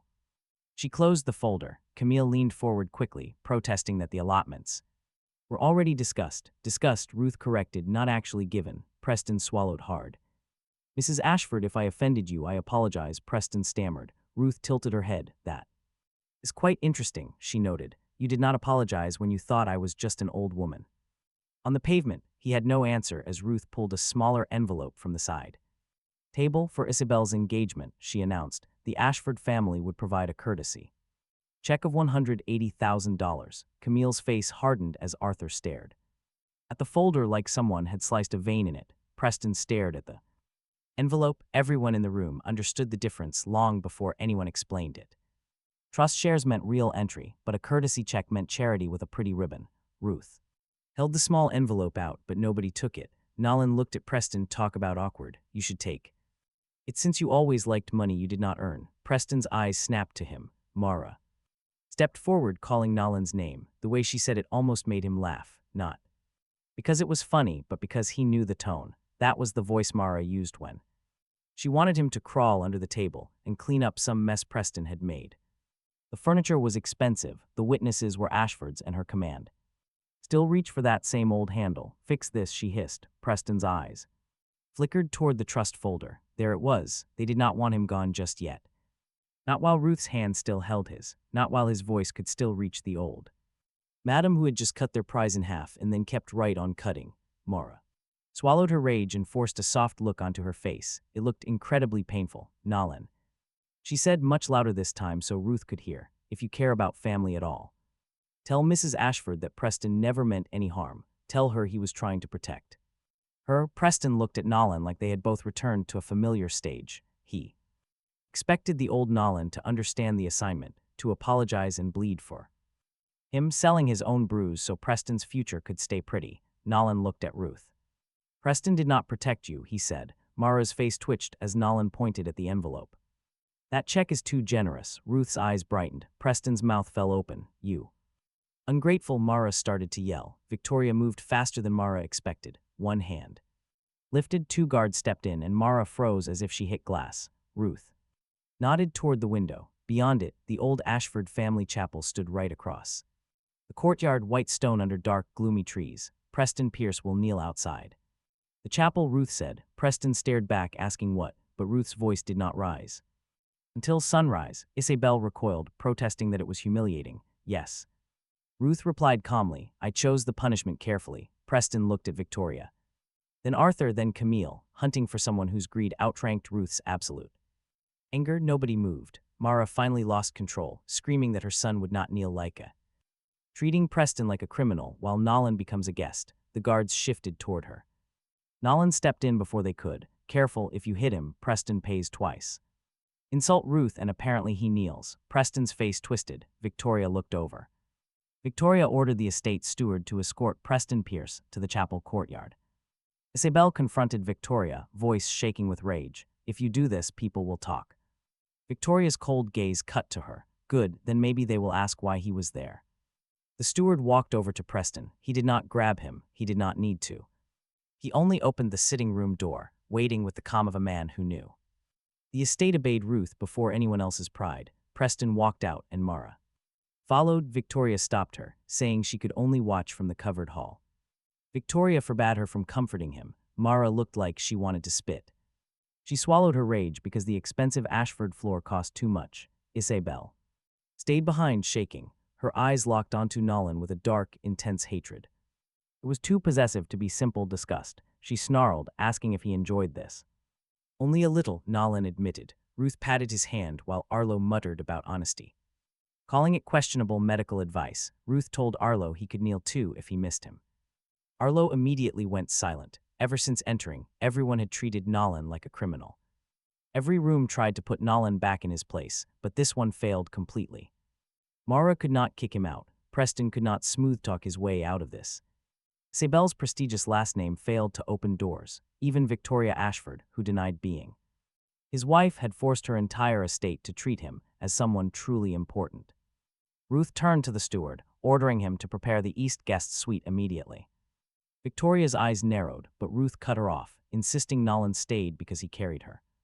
Arlo raised security concerns, but Ruth simply pointed out the chapel window. Their biggest security threat was already out there, kneeling. Nolan knew he should refuse. But then he spotted Preston through the glass, lowering himself onto the cold stone. He knelt in front of the chapel, while Mara watched from the covered hall, fuming. Her hands clenched helplessly. Nolan spoke up, saying the suite sounded just fine. Victoria stared at him. Only for Ruth, he clarified. Neither of them sounded convinced. That night, the estate provided Nolan with a massive suite, larger than his apartment. A fresh, clean shirt waited on the bed, but luxury came with a catch. Arlo posted guards outside Nolan's door and near the stairway, watching his every move. Surveillance made for great hospitality. Near midnight, Nolan checked outside. Preston was still kneeling in the cold courtyard, his expensive suit completely ruined. Isabel stood 10 feet away, whispering and arguing fiercely with Camille. Mara kept glaring up at Nolan's window, every single time she looked up. He raised his water glass in a mock toast. Was it incredibly petty? Absolutely. At 2 o'clock in the morning, Arlo slid a paper inside. It was a strict guest conduct sheet. No unsupervised movement allowed here. No accessing family offices and no contact with Ruth. Nolan wrote a reply. He scrawled a warning to tell Ruth, then slid it back. 5 minutes later, the paper vanished. No replacement came. At dawn, the mansion smelled of coffee and a sweet sense of cold revenge. Preston was gone from the courtyard, leaving behind the wet imprint of his knees on the chapel steps. Ashford's servants pointedly walked around the mark. That quiet indifference was worse than staring. He came downstairs expecting Arlo, a guard, or Victoria's newest threat. Instead, Ruth sat at the breakfast table with a pale blue shawl and 2 old leather marriage books placed in front of her. Victoria stood at the far end of the table, perfectly dressed, perfectly still. The books had the Stonebridge County seal stamped into the covers. His name was written on a ribbon tag across one. Victoria's was written across the other. Ruth tapped the books with one thin finger. Now, she said, looking from Victoria to him. Why is my granddaughter pretending not to know her husband, the marriage? Books did not look fake. That was the first problem. They looked old enough to have been handled, protected, and hidden by someone who expected the future to need them. The leather had softened at the corners. The Stonebridge County seal was pressed into both covers. His name sat on one ribbon tag. Victoria sat on the other. Victoria did not touch them. He did. Arlo made a sound behind him. Relax, he said. If paper could bite, the county clerk would have lost a finger.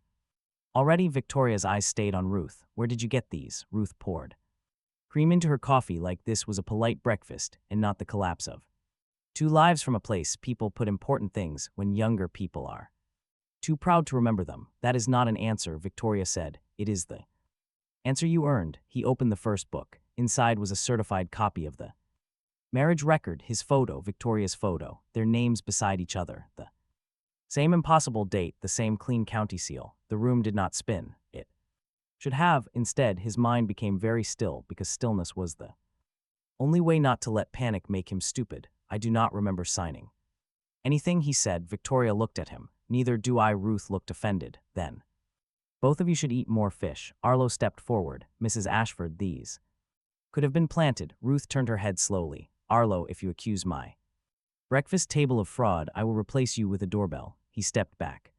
The second book had a copy of a sworn declaration. No long explanation, no.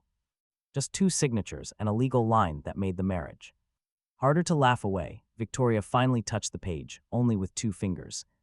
Like she was touching a knife by the blade. Stonebridge County Clerk's office, she said. Now Ruth smiled. Good field trip. No, Victoria and he said at the same time. They looked at each other. Ruth clapped once. See, married. Victoria's stare could have frostbitten a wall. Ruth, you are not going. Ruth picked up his phone from beside his plate before he could stop her. Her fingers moved with surprising speed for a woman who had nearly collapsed the day before. His phone buzzed back into his hand a second later. She had added herself to his contacts, very fragile grandmother. Then she called herself from his phone, let her own phone ring in her pocket, and looked at Victoria with the smug calm of a criminal mastermind in a shawl. If you leave me, Ruth said, I will be upset. Everyone here knows I am very fragile, Arlo whispered. That is extortion, Ruth nodded. Marriage is family business. Extortion keeps family efficient. Victoria closed her eyes for one dangerous second. That was how he ended up in the back of an Ashford car between a legal wife who denied being his wife and a grandmother who had named herself a medical threat in his contacts. Arlo sat in the front passenger seat, whispering quiet instructions into his phone. Victoria stared silently out the window while Ruth held the marriage books on her lap. Pierce secretly texted Jules Knox from his coat pocket. He needed a backup plan. Keep the separation files safe if anything goes wrong, he sent. Is this about the wife? Pierce looked at Victoria's reflection in the window. Legally, yes. Emotionally, absolutely not. Jules sent over one last warning. That kind of sentence is how lawsuits start. They arrived at the county office. The clerk from that first morning saw Pierce and lost all the color in her face. She looked from Pierce to Victoria, then to Ruth, Arlo, and the marriage books. Mr. Pierce, she said quietly, do you remember me? He replied that he remembered the record. Victoria placed a book on the counter. Confirm it, she demanded. The clerk swallowed hard, addressing Miss Ashford. We pulled the file after your office called, she whispered. The record is active. Arlo leaned in, snapping that active does not mean valid. The clerk insisted it was. She said the filing was archived, and the copy in Mrs. Ashford's book matched. It matched the county file. Victoria's jaw tightened as Pierce kept his voice calm. Could someone have filed it without us? He asked, as the clerk looked at them. She looked at Ruth, who was suddenly studying the ceiling like an innocent witness. The clerk stammered that she could not explain their memory, only confirm the record. And just like that, they are officially bound. Talk about an absolute nightmare. Just the local county office turning a bad joke into a solid stone wall. But Arlo did not accept walls unless Victoria built them. If this is fraud, he growled. He warned the clerk that the Ashford group would expect names. Her eyes flicked. She looked toward Victoria, but Victoria did not rescue her from the tense moment. That hesitation saved the room from a frantic search. The panic would come later. They could worry about it after they left. Pierce did not have to listen. Right now, the only thing that actually mattered was the reality of the record. Pierce, Victoria, and Ruth, who was proudly holding both of the marriage books. She held them like she had won a major court case. Pierce spoke up. Pierce noted that the county said they were married, and the clerk confirmed it. Pierce offered his congratulations, but Victoria sharply told him not to. Ruth smiled while Victoria scowled. Tapping the books, Ruth suggested a better question. Pierce stared at her, asking why they did not remember any of it. Her smile slipped for a second, a tiny clue, then she patted the books. Some promises wait until people stop running, Ruth said softly, triggering Victoria. Victoria's voice sharpened as she warned Ruth, who immediately played innocent again. The clerk lowered her eyes, while even Arlo stopped breathing down her neck. The office fell dead silent. Ruth smiled, declaring that they were now official. Victoria turned to Pierce. "Divorce immediately," he said, making the clerk freeze. Ruth's smile vanished. Victoria quickly recovered and pushed right through the heavy silence. Her attorney would draft terms, ensuring Pierce took nothing from the Ashford group. Or from Ruth's trust. Pierce countered that his own lawyer would demand the same. She would take nothing from his company, his patents, or anything he built. Before the county played matchmaker, Arlo whipped around so fast his seatbelt snapped. Arlo asked in disbelief what he meant, as Victoria's eyes sharpened.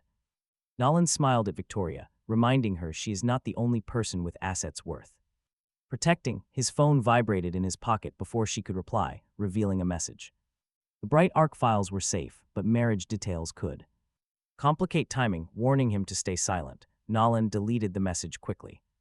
Victoria noticed, of course. She demanded to know who he was texting. Nolan claimed it was just a man who worries about her patents and bad weather. Arlo noted the sunny sky, but Nolan praised his analyst's foresight. Victoria's eyes locked onto Nolan's face, completely unaware of what Bright Arc meant.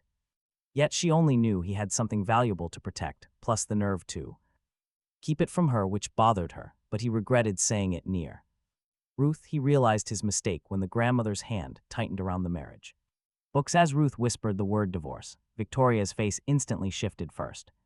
Just enough to react. Ruth tried to stand, but her knees collapsed as Nolan caught her before she hit the floor. The clerk screamed as Arlo called their driver. Victoria dropped beside Nolan, cradling the grandmother's head and gripping her wrist. Suddenly, the grandmother's eyes fluttered open for a second, looking at Nolan rather than Victoria, begging him not to leave her.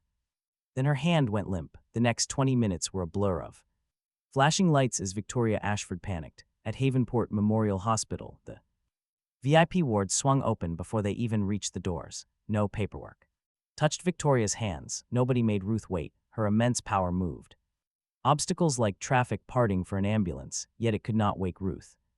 Victoria stood by the bed, her hands clenched so tightly that her knuckles turned pale. Arlo stayed quiet near the glass while Nolan stood on the other side, staring at the contact name glowing on his phone. Fragile grandmother. The joke was no longer funny. A doctor finally emerged. Stepped out of the room. Victoria looked at him, and he immediately cut the medical lecture down to the only thing that mattered: no stress and no emotional shocks. If Ruth believes the marriage is protecting her, do not shatter that illusion today. Victoria's face grew cold with fear. She turned to him. "You heard him," she demanded. He quietly agreed. Victoria ordered him to confirm they are not divorcing when the grandmother wakes. Nolan looked through the glass at Ruth, looking so small under the blanket. This was the same loving, gentle woman who had pressed a warm egg to his bruised, painful cheek. Treating his pain as her business, he had wanted freedom for so long. Even attempting to hire a stranger to fake it, now freedom was right outside. But the cost was an old woman's heart. Ruth woke near sunset with Victoria reaching her first. Still, the old woman looked past her, seeking Nolan. Both Victoria and Arlo stared at him, waiting as if his lie had become vital medicine. Nolan stepped closer to the bed, promising there would be no divorce. He offered the only truth he could manage, not while it hurts. Ruth's breathing eased. Victoria's shoulders lowered slightly, though she offered no thanks. He did not need it, as her sheer relief was visible. Then Ruth studied his face as if she knew his promise carried a hidden catch, repeating his words. Nolan stayed completely silent as she weakly poked his wrist with one finger. Accused of arguing like a lawyer, she says she dislikes them. He agrees. She demands he do better. Those words hit him harder than expected. Ruth was not asking For romance, she is begging him not to turn her fear into some convenient loophole. She had known him for days, or maybe years, in the broken hallways of her fading memory. Yet she somehow managed to expose the cheapest, most defensive part of his answer. He accepts the defeat, repeating there will be no divorce tonight. Hearing this, Ruth's hand relaxes. Ruth turns to Victoria, demanding the same promise. Victoria hesitates, taking too long. Ruth's fingers twitch against the blanket as the silence stretches. Victoria finally leans down, promising no divorce. Ruth does not blink, demanding no loopholes. Victoria glances at him for half a second as he raises both hands. He tells her not to look. Ruth waits and Victoria's throat moves. Once, no loopholes tonight, she promises. Ruth frowns, prompting Victoria to exhale and promise no loopholes while it hurts her. This is far from a love confession or even trust, yet it was the first time Victoria Ashford let her cold logic share the same cage as his. Ruth looks satisfied enough to keep living. She smiles, exhausted but victorious, and demands they feed him now. He gets thin when women scare him, she warns. Arlo coughs as he looks at Victoria. He jokingly claims paperwork scares him too, but Victoria says he absolutely should be. He is about to sign employment forms, leaving him completely stunned and blinking.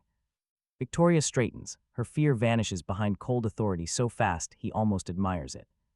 She explains that Ruth trusts him completely. Crucially, the old woman also refuses to believe he is not family, warning him not to vanish now.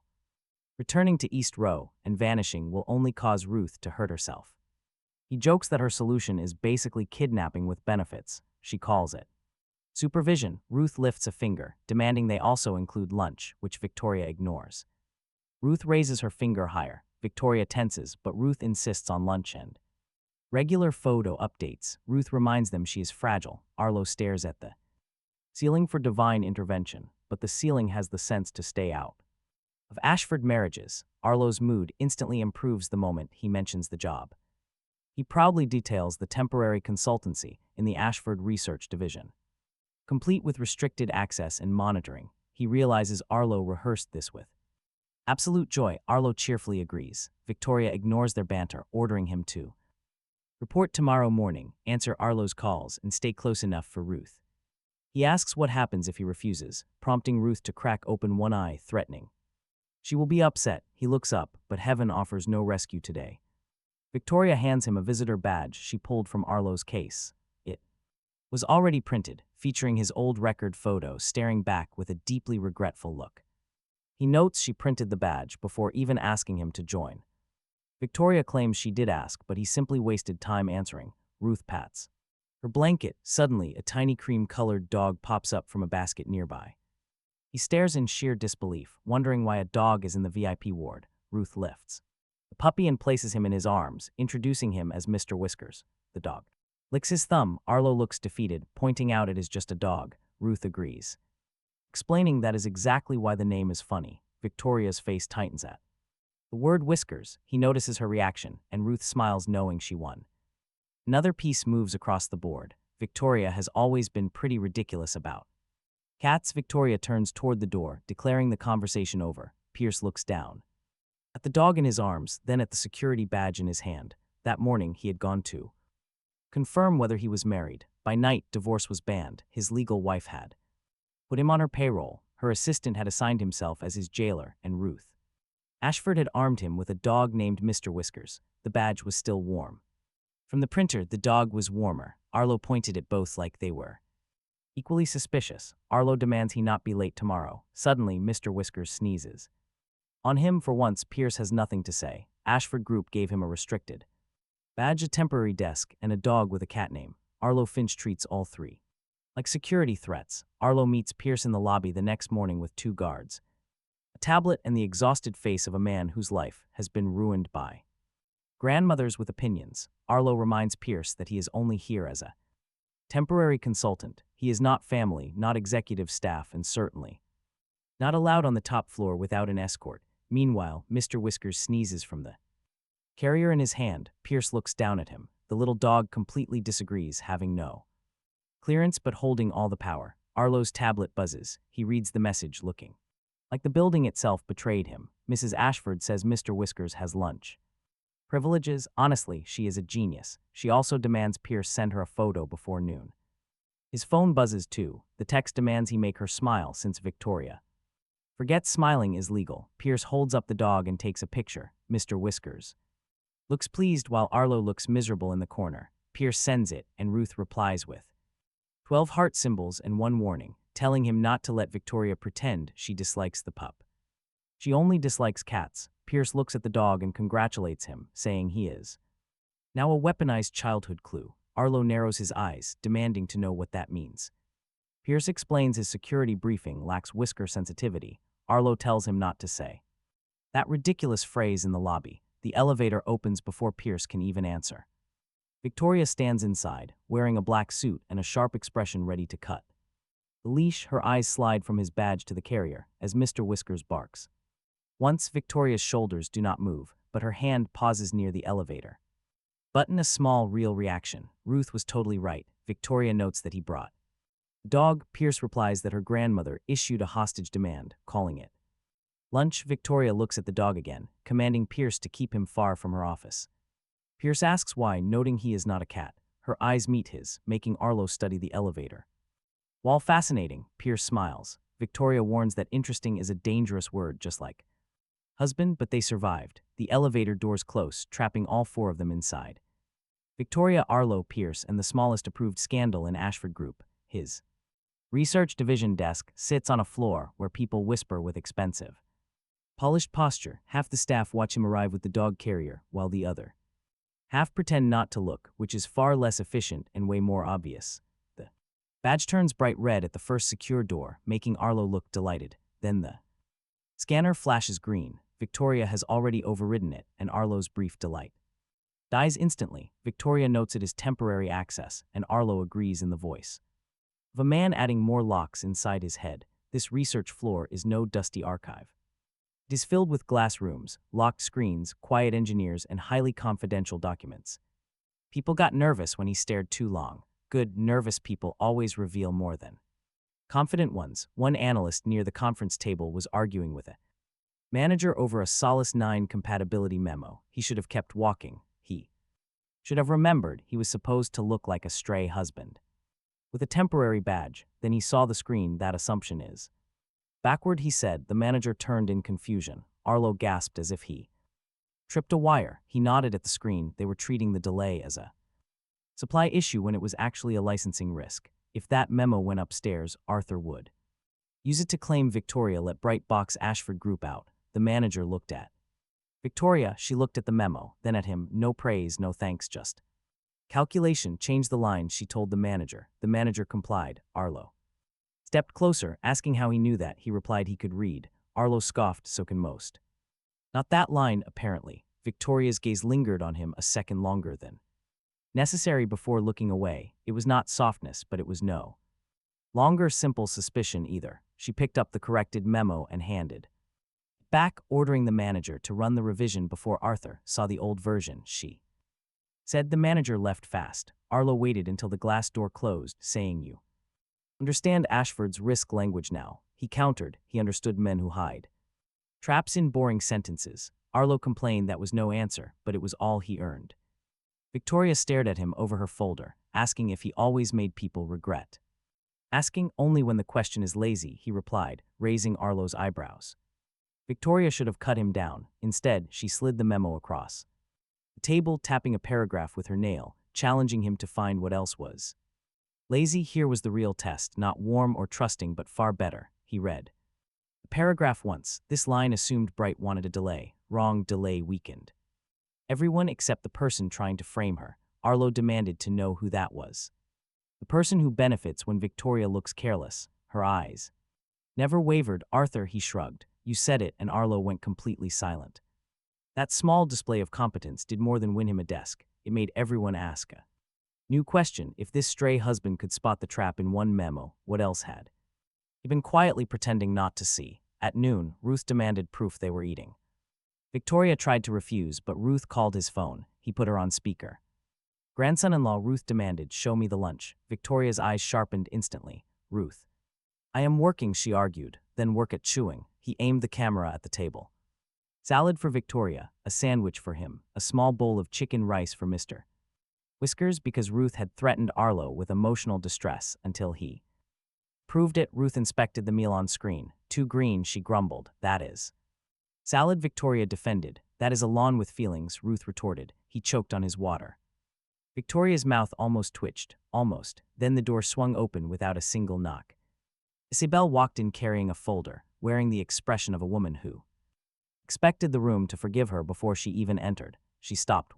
She saw him sitting at Victoria's lunch table. Then she spotted the badge on his jacket and then the dog carrier. Her eyes turned ugly. Oh, Victoria, Isabel said.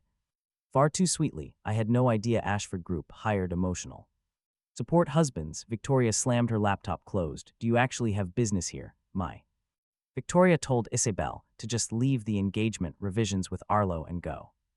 Isabel did not move. Instead, she opened the folder to reveal a document bearing the Ashford Trust seal, not the original allotment Ruth had cut. It was a cleaner, revised request. Softer greed, same hunger, in a better font. Isabel said her parents thought yesterday was too emotional, but once grandmother calmed down, the trust talks would normalize. Share conversation should return to normal. Victoria's face remained completely unreadable. Wrong floor, she argued, claiming it affected family. Isabel's grip tightened on the. Then her eyes slid to Nolan, revealing the real reason she refused to leave. The trust folder was just an excuse. Nolan was the itch she had to scratch. Was reviewing family trust matters now, or if the dog voted too, Mr.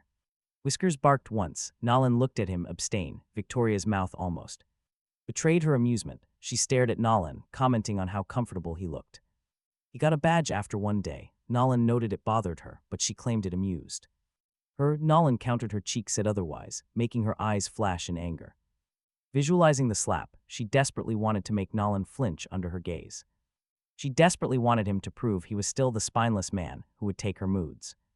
He calmly picked up his sandwich instead, irritating her further.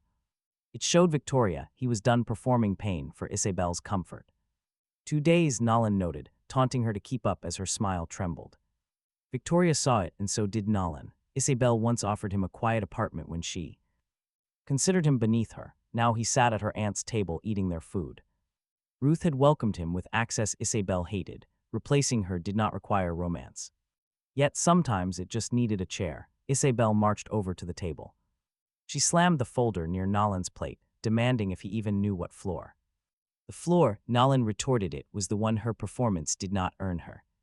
Her hand twitched. Mr. Whiskers barked from his carrier, making Isabel look down. Nolan told her it was a dog, mocking her for asking obvious questions. Victoria picked up her glass. She did not drink, only watched. Isabel leaned closer. Whispering, she asked if this made him important, claiming her aunt watched him. Because Ruth was confused. She and Preston were still the real couple everyone knew. His fake wife was just a cheap shield he invented to annoy her. The room grew tense. Victoria froze, holding her glass. Nolan set his sandwich down. Nolan slowly dared her to repeat that insulting phrase. Isabel's eyes lit up with triumph. She thought his anger meant she still owned a piece of him.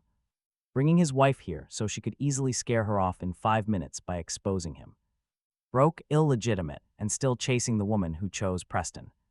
Arlo stepped forward to stop her, but she ignored him, reaching for Nolan's badge. Her nails clawed at the plastic. Nolan caught her wrist before she could rip it off. Victoria stood up. Isabel stared at Nolan's tight grip. Isabel demanded he let go, warning him not to touch what he could not afford to lose. Nolan asked if she meant the badge, but she meant his wife. Isabel sneered, doubting he actually cared. Nolan released her wrist. She raised her hand to strike, but Nolan moved faster. His slap cracked across her cheek, sending her spinning toward the glass. No one gasped. The staff was too disciplined. But outside the glass, every single keyboard went silent. Isabel clutched her cheek, completely stunned in a way no insult could ever match. She expected him to fight for his own pride, not step up for a woman she had never even bothered to know. He stepped close enough for her to hear without letting Victoria guess. His wife was more beautiful than her, he said, sharper, stronger, with a better figure and a cleaner spine. And unlike you, he added, she does not need to threaten anyone to feel chosen. Isabel's eyes welled with rage, asking if he hit her for her. No, he said. He hit her because she thought his wife was safer to insult than him. Victoria stood by the table, still as glass. She had clearly heard enough of it. Her expression did not soften. That was too easy. but color touched her face. For just 1 second before she buried it under her usual command, ordering Isabel to leave the floor, Isabel turned on Victoria, arguing that the man hit her. After she threatened an absent woman and touched his badge without permission, Victoria said she had no right to accuse her of defending him. Victoria's cold voice dropped. She was defending the order of her building, she said, warning her not to never mistake that for permission to test her. Isabel glared at them both. The hatred was still there, but so was a rising doubt. She wanted to make him look like a kept man, but left with a red handprint and no folder. Every employee on the research floor pretended they had not just watched the Ashford niece lose a private war in public. Arlo escorted her out with swift professionalism, barely hiding the immense personal satisfaction he felt inside. Mr. Whiskers barked after her. Unnecessary, Victoria calmly told the dog. He looked at Victoria. The dog has instincts and lungs just like Isabel. Victoria picked up the dropped folder and placed it on the edge of the table. Without reading it, she noted how loudly he defended his wife for a man who wanted a divorce. Divorce is paperwork, he countered. Insults are immediate. That didn't answer her, but then she hadn't asked a question. Victoria's eyes flicked to the glass. Suddenly, the employees looked incredibly busy. Acting invisible, she noted his compliment about her figure. That comment left his throat dry. Arlo, still by the door, slowly turned his head. He looked at Victoria, asking if she heard that. The entire floor heard, she replied. Then they received accurate information, he said. Her expression remained blank. But her ears flushed pink at the edges. Their friend Ruth would have celebrated. Victoria merely picked up her salad fork, noting that good nutrition is crucial. In defending such bold claims, Arlo quietly whispered that he resigned internally. Denied, Victoria replied. He sat down, feeling that standing made his victory too obvious. For a moment, the room felt incredibly small as Victoria locked eyes with him. He could see the line she refused to cross. If she admitted his words mattered, their marriage would stop being just a problem. If she cared, so did he. Arlo stepped back in before either of them could make a foolish mistake. He announced that Preston Pierce was downstairs and he was currently with Isabel. Victoria's face hardened as she ordered him to send them away, but Arlo added, looking at him, they are arguing. That was even better than actual permission. It was an open invitation from chaos. He walked to the glass overlook. Above the lobby, Victoria did not stop him, but Arlo quickly followed behind. He needed some cardio. Below, Preston stood beside Isabel near the security desk. One hand hovering near her shoulder, she slapped it away, snapping that Nolan hit her. Preston's face immediately darkened. Seeing the mark, he did what he always did, turning someone else's pain into his own ladder. Tomorrow he promised her, loud enough for the lobby to hear, I will introduce you to Dr. Lark. Once Dr. Lark backs Pierce Energy, Nolan's little act at Ashford Group ends. Isabel looked up at him. Can you really bring Dr. Lark? Preston straightened. He owes our family, and Professor Brenner already knows the connection. Nolan leaned on the railing. Arlo glanced at him. Why are you smiling? His phone buzzed. Private sponsor lunch with Jules Knox confirmed for tomorrow. Seat reserved under Dr. Lark. Preston Pierce requested access through Pierce Energy. Do you want to attend personally? Below them, Preston kept talking. Bye. Tomorrow afternoon, he told Isabel. Nolan will remember where he belongs. Nolan typed one word back to Jules. Then he looked down at Preston, who was bragging about meeting a man he had never even bothered to recognize. Arlo, Nolan said, what is the dress code for a man attending his own ambush? Arlo looked at Nolan's phone, then at his face. For once, suspicion did not give him an answer. Fast enough, Preston arrived at that private sponsor lunch, totally clueless, with Isabel on his arm and Nolan's handprints still faint on her cheek. He did not look embarrassed. That was Preston's talent. He could walk into a room carrying yesterday's humiliation and act like someone else dropped it, seriously shameless. The private dining room at Havenport Memorial Hospital had one long table, 5 reserved seats, and a white name plate in front of the chair at the head. Dr. Lark. Preston saw the name first. His whole body straightened. There he told Isabel loud enough for the hospital coordinator to hear. I told you Dr. Lark values the Pierce family. Isabel touched her cheek like she wanted everyone to remember Nolan had hit her, then smiled at the name plate like did come to apologize on Nolan's behalf. After today, she said, Nolan can go back to carrying lunch trays. Nolan was standing behind them with Arlo Finch at his side. Arlo looked at the nameplate, then at Nolan, then back at the nameplate. I hate when my suspicions have to update, Arlo muttered. Try stretching. First, Nolan said it prevents injury. Preston heard Nolan's voice and turned. His smile flickered for half a second before he repaired it. Nolan, this is a private sponsor lunch, I know, then why are you here? Nolan looked at the chair with Dr. Lark's name in front of it. For lunch, Isabel laughed once. You think hitting he made you interesting? No, Nolan said. Your reaction did most of the work. Her face tightened. Preston stepped between them before she could make that same mistake. Twice, this meeting concerns Pierce Energy, Dr. Lark, and Ashford Research Channels. You are not useful in any of those categories. Professor Miles Brenner came in behind him with a folder tucked under one arm. He stopped when he saw Nolan, not surprised, careful. That was the expression a decent man wore when he realized a liar had seated himself too close to a trap door. Professor, Preston said warmly, turning on the practiced respect. I'm glad you're here. You can tell Dr. Lark how valuable our family has been to young researchers. Professor Brenner's eyes moved to Nolan. I can tell him exactly what I know, he said. Preston only heard agreement because his ego made him completely deaf. He pulled out the chair beside Dr. Lark's seat for Isabel, boasting about his mother's support. She had funded this field for years. Alina, too. Dr. Lark surely recognizes true kindness. Hearing Preston speak of kindness almost made Nolan laugh. Then, the side door swung open. Instantly, his amusement vanished. Agnes Reed wheeled Alina Pierce slowly into the room. Alina looked somehow smaller in that wheelchair than she ever did back home. A soft blanket covered her lap. Her hair was neat, but her hands still trembled. It was that same exhausted shaking she always tried to hide whenever Mara watched.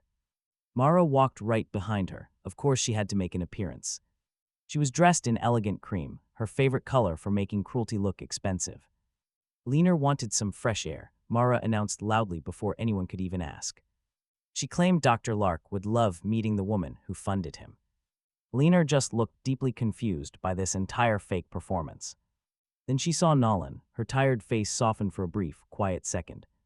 Nolan, she whispered, asking if he had eaten. Instantly, Mara's hand gripped the chair. Preston's smile sharpened like a blade. He saw his perfect opening and took it. Alina worries about everyone, Preston boasted. That is why Dr. Lark respects them. Nolan walked right up to the table. Preston watched him with absolute, lazy confidence. He looked like a master watching a servant head toward the wrong, reserved seat. Careful, Preston warned. That seat is reserved. Nolan knew, pulling it out anyway.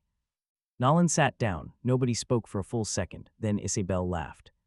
You are unbelievable, she sneered. Preston spoke softly, which made it worse. Get up, Nolan. Professor Brenner put his folder down. Arlo locked the door. The coordinator stared at the list in her hands, then looked at Nolan and backed away. Preston noticed, his smile faltering. Professor Preston urged, explain this to him, but the professor just looked at Preston and said, that is Dr. Lark's seat. Exactly, and Nolan is in. Preston blinked. Oh man, the entire room suddenly feels so much smaller. Every single polished lie Preston brought to this lunch had vanished into thin air. Isabel looked from the professor to Nolan, her hand dropping from her cheek. No, she whispered. Nolan picked up the nameplate, turning it directly toward Preston. You requested direct recruitment from Dr. Lark, Nolan said. You wanted a private path for Pierce Energy. You asked for an introduction through Professor Brenner. You even wanted Isabel here just to watch you win this. Preston's face went blank, then his stupid, loud pride rushed right back in. This is ridiculous, he sneered. You cannot just sit here and become someone else. You tried standing near Alina to look decent, Nolan countered. Mara snapped instantly. Watch your mouth, Nolan looked at Mara's hand on Alina's chair. Get off her. Mara stiffened. Alina looked up at her, then at Nolan. Agnes panicked. After one nervous glance, she rolled the wheelchair half a step away from Mara. That tiny move was enough. Preston slammed his hands down. Dr. Lark is a professional. He has massive patents and grants. You think you can just steal his work just because Brenner likes you? Nolan calmly opened the folder. Inside, 3 things sat waiting. A licensing request from Pierce Energy, a patent authorization packet, and a stack of unopened birthday cards, each addressed to him. Another letter was addressed to Alina Pierce in that same plain handwriting. Preston stared at the top page with his mouth shut tight. Isabel leaned close, read the header, and held her breath. The direct recruitment request is denied, he declared. Preston's head snapped up. You have no authority to deny anything. Professor Brenner says he does, Arlo muttered, pointing. you knew. I knew enough to know Preston was lying, Brenner replied, leaving the rest untold. Preston turned on him, his calm facade cracking at the edges. Pierce. Energy spent months on this, Preston hissed. Father expects this, you cannot. Punish the company because you are angry with me. I am not angry, Nolan. Countered, you hit me, Preston spat. Just pricing, Nolan replied, making Arlo cough. Nolan slid the Pierce energy request right back into the paper folder. They can apply through the normal partner review, no direct recruitment. No special seats, no Preston Pierce acting as their gatekeeper, Preston's ears. Turned red, you would damage your own family, his family, Nolan looked at Alina. Let us ask, Alina's fingers tightened on her blanket as Mara stepped. Forward, do not drag her into this, you did that by wheeling her in. Mara's hands gripped the table edge, her posture radiating quiet, dangerous anger. Preston pivoted, arguing that Dr. Lark owed Alina a debt of gratitude. Everyone knew she funded his early medical research when no one else cared. If truly connected to that name, you should honor the woman who helped you. Nolan did. He pulled the birthday cards out, placing them before Alina. Agnes whispered that those cards arrived every single year. Alina looked down at them with parted lips. The first was a faded blue card, edges completely worn from being held too often. Touching it gently, her fragile voice broke. She had believed a foundation sent them. No foundation, Nolan replied quietly. Mara's expression shifted. For years, Mara let Alina believe those life-saving gifts came from some clean, distant program, a generous stranger, or some charitable institution, anything but the neglected child Mara taught the house to ignore. Alina looked at him, whispering if it was really him. Nolan stayed quiet, but Preston scoffed that Nolan always loved cheap, dramatic gestures. Nolan met his gaze. You always preferred eating from other people's plates, Nolan shot back coldly. His jaw clenched. Alina picked up a card, her hands shaking so much that Agnes helped her open it. Inside was the familiar line written years ago. For a woman who noticed hunger. Alina's eyes filled with tears as Mara turned away, unable to face them. Her past cruelty was written all over her face. You paid for my medicine, Alina whispered softly. Not all of it, he answered, only when he could. The winter blankets and that red scarf. She mentioned the gray hospital. Alina pressed the card tightly to her chest. Did not even need a speech. Now watch how Preston's fake leverage collapses.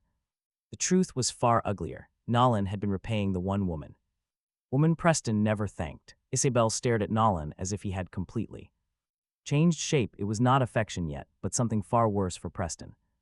Calculation, you are Dr. Lark, she murmured. Today, yes, he replied, today. Some days he is the delivery worker, some days the illegitimate problem. Depends on who wants to embarrass themselves today. Her cheeks. Preston noticed her staring and completely lost whatever patience he had left. He snapped that enough was enough, warning him that he was still a Pierce. He insisted Nolan could not just shut Pierce energy out and humiliate him like this. Preston had brought Isabel here specifically to watch Dr. Lark acknowledge him instead. Arlo looked down to hide a smirk, while Professor Brenner did not even bother. Mara slammed her hand onto the table, making the cups rattle, calling Nolan ungrateful. Alina flinched as Nolan stood up, and Arlo immediately followed his lead. He was acting on Victoria's orders to protect him, which made Mara freeze. With her hand flat on the table, Nolan calmly dared her to say it again. She claimed she raised him, so he asked her to name one birthday gift. Nothing came out, and Alina stared at Mara with a sudden, painful realization. She quietly asked Mara why she never knew, while Mara's fingers tightly curled. Preston quickly intervened, pleading with Alina not to stress herself over this. He claimed Nolan was just trying to confuse her, but Nolan simply stared back. It was Preston's calculated timing that confused her, planning this lunch for his own gain. Nolan pointed out that Dr. Lark did help the only family member worth helping. Talk about a massive reality check. Those words shattered Preston's high expectations. He wanted Isabel to see his influence, but she only watched Nolan sign. Nolan denied him everything, speaking confidently from the very position Preston bragged about. The hospital coordinator, who was quietly listening the entire time, finally stepped forward. She cleared her throat and asked Dr. Lark if she should update the records. She wanted to list Alina Pierce as the sole personal beneficiary for the gifts. Preston's head snapped toward her while Marlowe froze, and Nolan remained calm. Nolan agreed, specifying that Pierce Energy gets standard review only, bypassing Preston entirely. The coordinator quickly nodded and made her escape before anyone could stop her. Preston's phone suddenly rang, displaying the name of his father, Richard Pierce. Preston glanced at the screen, glared at Nolan, and answered without the speaker. That quiet lasted only 3 seconds before Richard demanded to know if he had him. Preston quietly admitted there was a complication, a word his father absolutely despised. In their household, that word simply meant control over money was slipping away. Richard sharply ordered him to hand over the phone, but Preston hesitated. That was precisely why Nolan held out his hand, while Preston stared at him in complete disbelief. Nolan warned him that hiding Dr. Lark from the company would be hard to explain. Hearing those words, Isabel stared at Preston with a cold, calculating gaze. There was no romance left in her eyes, only pure panic over their assets. Preston put the phone on speaker, and Richard immediately turned on a respectful tone. It sounded completely rehearsed as he addressed whatever issues his sons were having. He claimed the company highly valued his work, using family terms to sound close. Nolan simply interrupted him by calling his name, causing the line to go silent. Richard spoke again in a much lower tone, while Mara clenched her skirt tightly. Richard sighed over the line, likely sitting in his office trying to stay calm. He was desperately trying to salvage control, telling Nolan this was no place for games. Since they agreed on that, Nolan suggested Preston should leave the room immediately. Preston looked up in absolute shock, while Nolan calmly stared at the device. He made it clear their direct access was officially over, forcing standard procedures. Preston's name cannot be attached to the request, and Richard did not. Answer right away. That pause was a gift, telling Isabel exactly how. Quickly, Preston's golden sun dimmed when Dr. Lark carried the switch. We'll discuss this privately, Richard said. No, Nolan countered. You called on speaker. Speaker phones make graves. Arlo looked down at the floor. Professor Brenner looked out the window. Neither saved Preston. Richard ended the call. Preston stood there with his hand beside the phone, looking like someone had removed a family portrait from the wall and found mold behind it. There it was, not a speech but a consequence. Preston had lost the direct route. Isabel had watched it happen. Eleanor had learned, who had been quietly paying back her kindness. Mara had lost another wall between her cruelty and the woman she liked to keep weak. Then Nolan's phone buzzed. Victoria Ashford, one message. Boardroom tomorrow. Arthur and Camille are asking why Dr. Lark is inside my building and why you are near Ruth. Nolan showed the screen to Arlo. He read it and looked personally offended by the existence of another room. Do people in rich families ever sit quietly, he asked, only before they lose money. Preston tried to recover by leaning over Eleanor's chair. Please don't listen to him. He has always been jealous. He wants to turn you against the only son who stayed clean. Eleanor looked at the birthday card in her lap. Clean, she repeated. Mara's face tightened. It was a small word, too. Small for the panic it caused. Agnes saw it, too. Her gaze moved from Mara to Eleanor's hospital bracelet, then to the old cards. Mrs. Pierce, Agnes said carefully to Eleanor, your memory box is still in storage at the house. The one from Havenport Memorial Hospital. It has the baby things you kept asking about. Mara turned so fast her earrings flashed. Agnes, she said. Agnes went pale. I only meant bring it, Eleanor said. The room quieted again, but this time the silence belonged to Mara. Eleanor's voice stayed thin. The small bracelet, the one from the hospital. She wanted to see it. Mara took the handles of the wheelchair. You need rest. Nolan stepped into her path. She looked at him with pure hate. Her hate did not land like ordinary hate. It looked like fear wearing makeup. Agnes, Mara said, not taking her eyes off him. Bring the box to my room first. Agnes hesitated. Mara's voice sharpened. Now. Eleanor clutched the card to her chest. Why your room? Mara smiled at her. It was gentle. It was the ugliest thing she had done all afternoon. Because some memories hurt you, Mara said. Agnes left. Mara's fingers dug into the wheelchair handles. Preston looked from the door to the memory box. 1 second. Too late. Losing Dr. Lark had opened a door his family had spent years locking. From the other side, Mara tried to bury Eleanor's memory box before breakfast.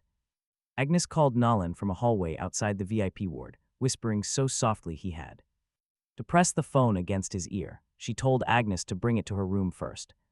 Agnes said not Mrs. Pierce's room, hers. That was not how innocent people handled old baby bracelets. Nolan found Agnes with a faded blue box on a mat cart. Eleanor sat in her wheelchair beside the window, half awake, watching. The box as if it had been calling her for years. Mara stood between Alina. In the cart, Nolan, Mara said, "Leave. You invited the box. I invited Agnes." Agnes answers, keeping the card exactly where it is.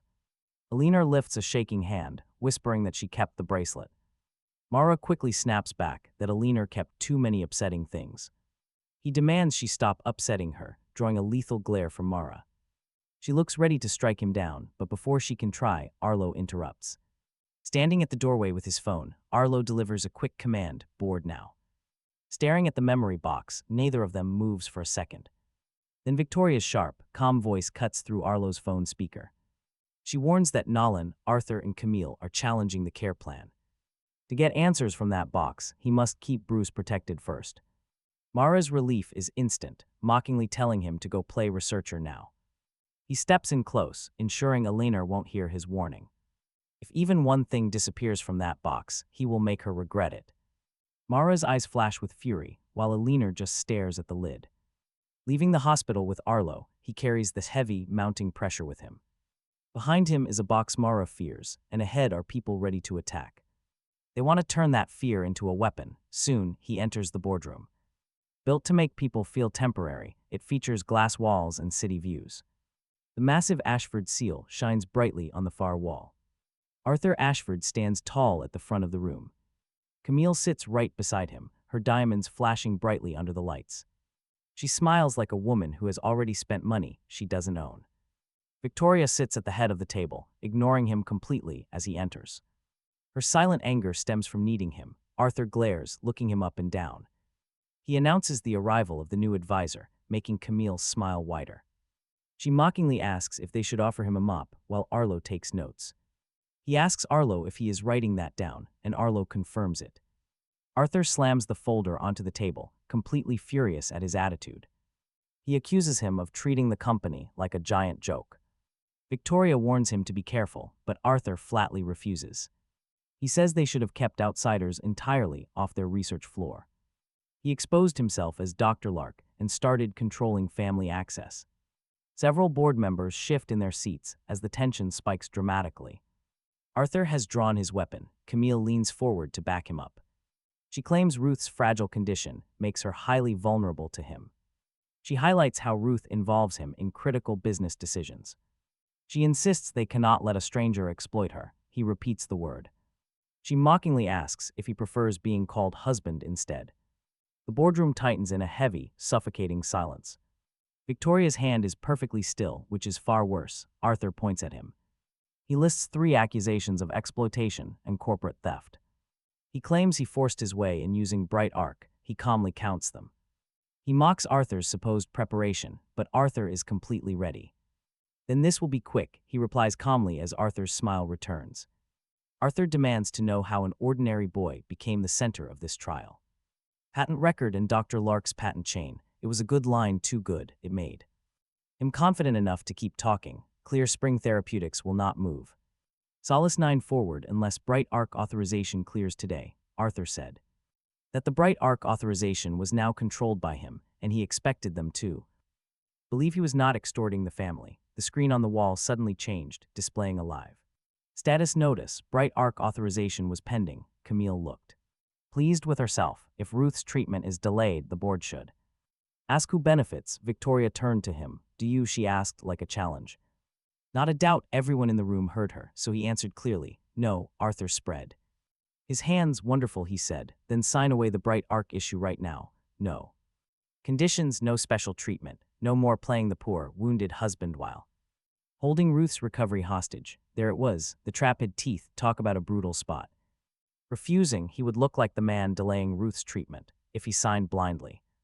Arthur and Camille got access to the route they had been circling since Ruth cut Preston's trust share gift. He walked to the screen. Arthur looked satisfied. Camille looked hungry. Victoria watched him in that cold, impossible way she had. Like she was measuring whether he would choose power, pride, or the old woman. Sleeping upstairs, he pointed at the screen, asking who added the branch. Distribution side letter. Arthur's smile paused for a breath. "Enough," he said. "That is not the subject," he said, but it was the only subject. Camille's bracelets. Clicked. "You are dodging," she sneered. No, he was reading. The board looked from him to Arthur. Arthur's neck flushed red. The side letter protects Ashford interests, giving Arthur's branch control over distribution once Solace 9 moves through. Clear Spring Therapeutics, he explained. It also cuts Ruth's priority access if her trust position changes. Cute clause, ugly timing. Camille stood up. You have no authority to interpret Ashford agreements. He has authority to interpret his own patent conditions, Victoria said. The boardroom snapped. Toward her, she finally looked at him. Continue. That one word moved his chair farther than any title could have. Arthur heard it too, his jaw tightening. He tapped the screen. The problem was not Bright Arc, the problem was Arthur trying to smuggle his family's profit route into Ruth's treatment channel, then blaming him when Bright Arc refused the dirty version. You arrogant little. Camille started. Victoria's voice cut through. Finish that sentence carefully. Camille sat down, not because she was calm, but because she had just remembered whose room it was. He took out his phone and opened Jules Knox's waiting message.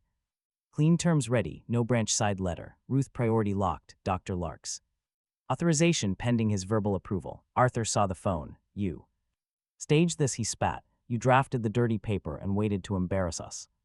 Arlo whispered that he called the board. Technically accurate. Victoria did not look at him, commanding Arlo to silence himself. He placed the phone on the table where the board could see the clean approval text without needing a lecture. Bright Arc will authorize Solace 9 today under clean terms, he said. Ruth's access stays locked. Clear Spring Therapeutics moves. Arthur and Camille get no side channel.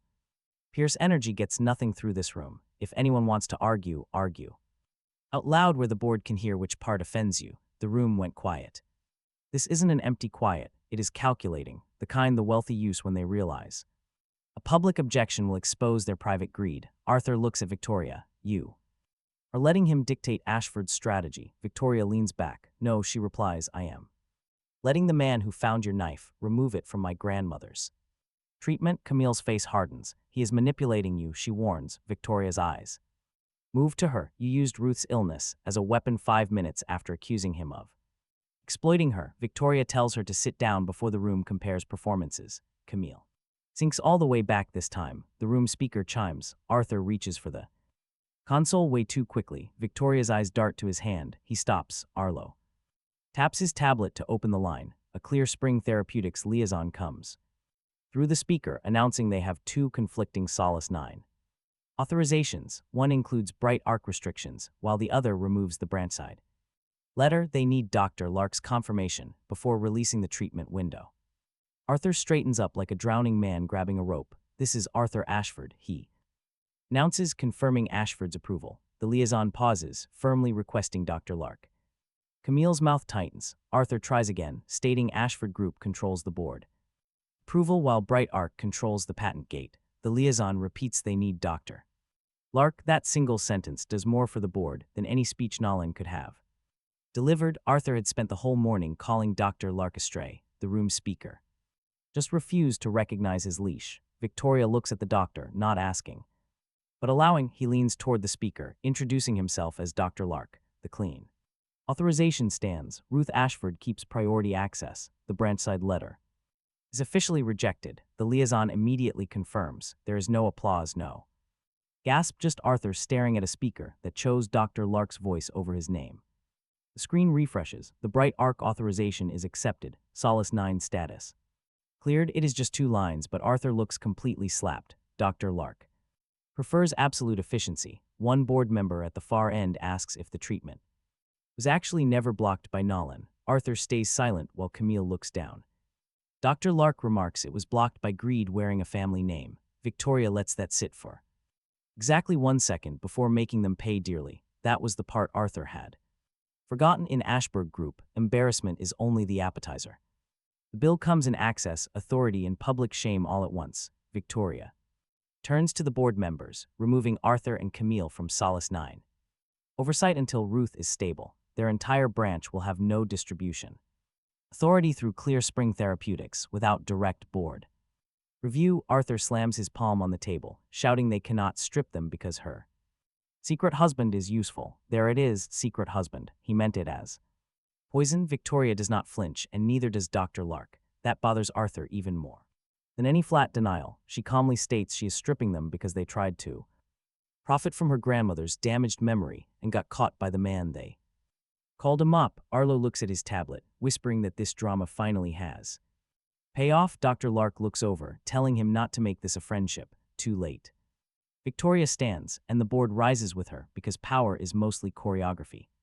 With severe consequences, Arthur stays seated 1 second too long until Camille grabs his sleeve and pulls him up. They leave the room with their folders and none of the exact access they used. That was the true shape of the boardroom trap they had. Wanted to make Nolan look like a parasite feeding on Ruth's confusion. Instead, they showed the board exactly who had brought the fork. Victoria waited until the doors closed, then she stared at the screen. Ruth's treatment was finally cleared. Today, Nolan noticed her shoulders did not drop. Victoria Ashford never gave relief to rooms that might use it against her, but her fingers loosened. Round the pen, that was enough. Thank you, she said, every board member still inside heard her. Arlo did too, staring at Nolan like a major corporate headache. Nolan just told her she was welcome. Victoria's lips moved as if to say. Changed, Ruth was asking for Nolan. The boardroom wind had not even cooled out. Ruth wanted Nolan. The tension of the boardroom had not even faded. They returned to Havenport Memorial Hospital with the Solace 9 approval secured behind them, but the memory box waited ahead like a second blade. Agnes met them outside Ruth's room. Her face showed Mara had lost all patience. She tried to grab the bracelet. Agnes whispered, Victoria's eyes snapped to the door. Mara, she muttered. Agnes nodded, but Ruth woke up. Inside the room, Ruth sat upright in bed, the faded blue box open on her lap. Leaner sat beside her, pale and terrified. Mara hovered near the foot of the bed, hands folded way too tightly. Preston was there too. Of course he was. He looked at Nolan, then Victoria, then the box, highly suspicious. That exact order revealed his deepest fear. Ruth held a tiny baby bracelet between two fingers. The plastic had yellowed. The old writing had faded to a mere shadow. Ruth looked directly at Nolan, locking eyes. This is wrong, she said. Mara gasped. Alina whispered her name. Ruth's finger trembled. She lifted the bracelet toward Nolan, pleading for him to understand. The baby's bracelet was wrong. The bedside monitors kept beeping. No one else made a sound. Preston forced a plastic, overly polished smile. He looked way too terrified for a son with nothing to hide. Ruth. Please, he pleaded softly. You mean my bracelet, right? Mother kept it. A lot of my childhood things. Ruth stared at him for a long, quiet second. Dislike filled her face. Too loud, she whispered. Preston's smile froze. Mara claimed she was mixing memories, but Ruth shook her head. No, wrong. I told her. Alina gripped her chair so hard her knuckles turned white. She asked whom Ruth told. Mara stepped in before Nolan could. Enough, she snapped. This is hurting her. Victoria instantly blocked her path. No drama. No shouting, she simply stood exactly where Mara wanted to walk. Ruth decides. When it is enough, Victoria declared. Those words completely shifted the room. Arthur and Camille used Ruth's illness in the boardroom. Now Mara was using it at her bedside. Today, Victoria's coldness served as an impenetrable shield. A locked door. Nolan stepped closer and asked which baby. Ruth stared. For a second her eyes cleared. The quiet baby, she whispered. No. Not quiet, hungry, he cried when she left him. Alina's hand flew to her mouth. Mara panicked. Ruth is confused, she insisted. This is why the box would upset her. Do not touch that box, Victoria commanded, freezing everyone. Mara froze. Ruth looked from Nolan to Alina, then back to the bracelet. Ruth whispered that she told her that was not the bracelet. Nolan's pulse spiked. A sharp beat told who. Ruth blinked. Her brief moment of clarity slipped. Her eyes filled with the helpless panic of someone watching a door shut forever. Grandson, she suddenly asked softly, did you eat? The question was completely wrong.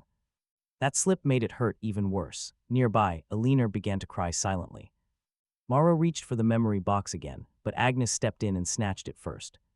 That small act of defiance shifted the room. Mara noticed it immediately, so did Preston.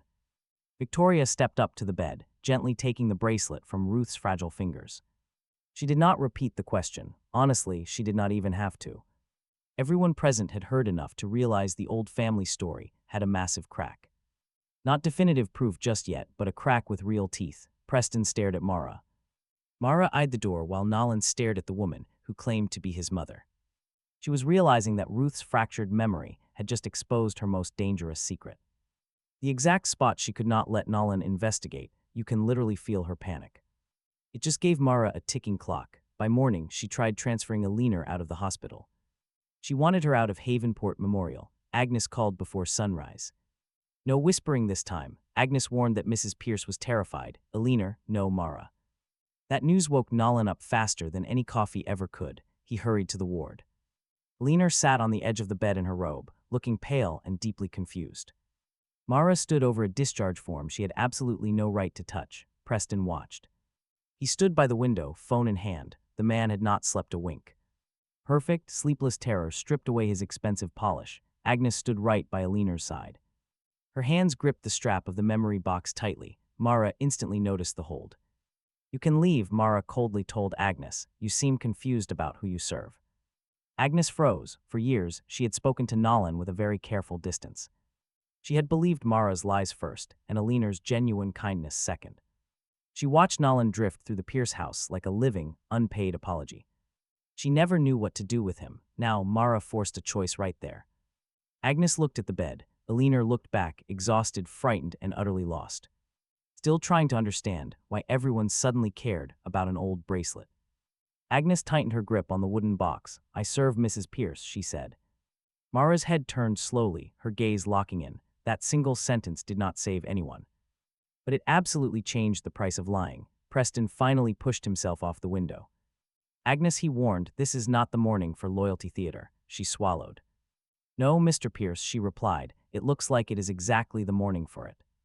Preston's face hardened. Nolan almost smiled, not because her words were brave. He smiled because Mara despised courage, especially from people she treated like disposable furniture. Mara spotted Nolan and slid the papers away. "You are not needed here," she snapped.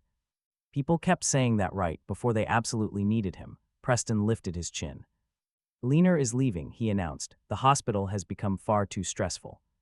Eleanor looked straight at him. "I did not ask to leave." Mara turned with her poison. "You are exhausted, Eleanor. Nolan keeps dragging old things into your room." "Ruth asked for the box," Nolan countered. Mara's sharp eyes snapped right back to him. "She is ill, but still harder to fool than you hoped." Preston stepped forward quickly. He demanded they stop, glancing at Eleanor before lowering his voice to a threatening whisper. "Quite a scene yesterday with Dr. Lark, the birthday cards and everything. But if you keep pushing, you will hurt the one person you pretend to protect."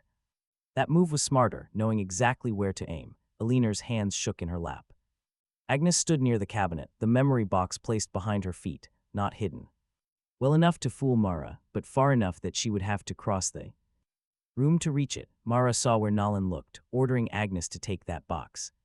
Downstairs, Agnes did not move. It was the second time in 2 days she had disobeyed Mara right where Nolan could see it. Preston noticed, his mouth tightening. That was how old houses started falling, not with screams but with servants realizing the ceiling was already cracked. Nolan placed a folder on Eleanor's bedside table. Mara's eyes dropped to it, so did Preston's. The top page carried Dr. Lark's name. The second carried Bright Arc Energy. He had not signed either one, but greed rarely reads before reaching. "What is that?" Mara asked, a way to protect Eleanor. Preston's body went still. Mara looked from the folder to Nolan's face. "Protector, how? Pierce Energy wants Dr. Lark. Access Bright Arc can block enough roots to make that painful. You want me quiet about the bracelet. You want Eleanor away from Ruth. You want Preston's engagement protected before the old story breaks." Mara's lips parted, then she smiled, not kindly, victoriously. She thought he was negotiating. That was the only language she respected. Preston recovered first. "You are offering terms," Nolan countered. "I am asking what you are afraid of."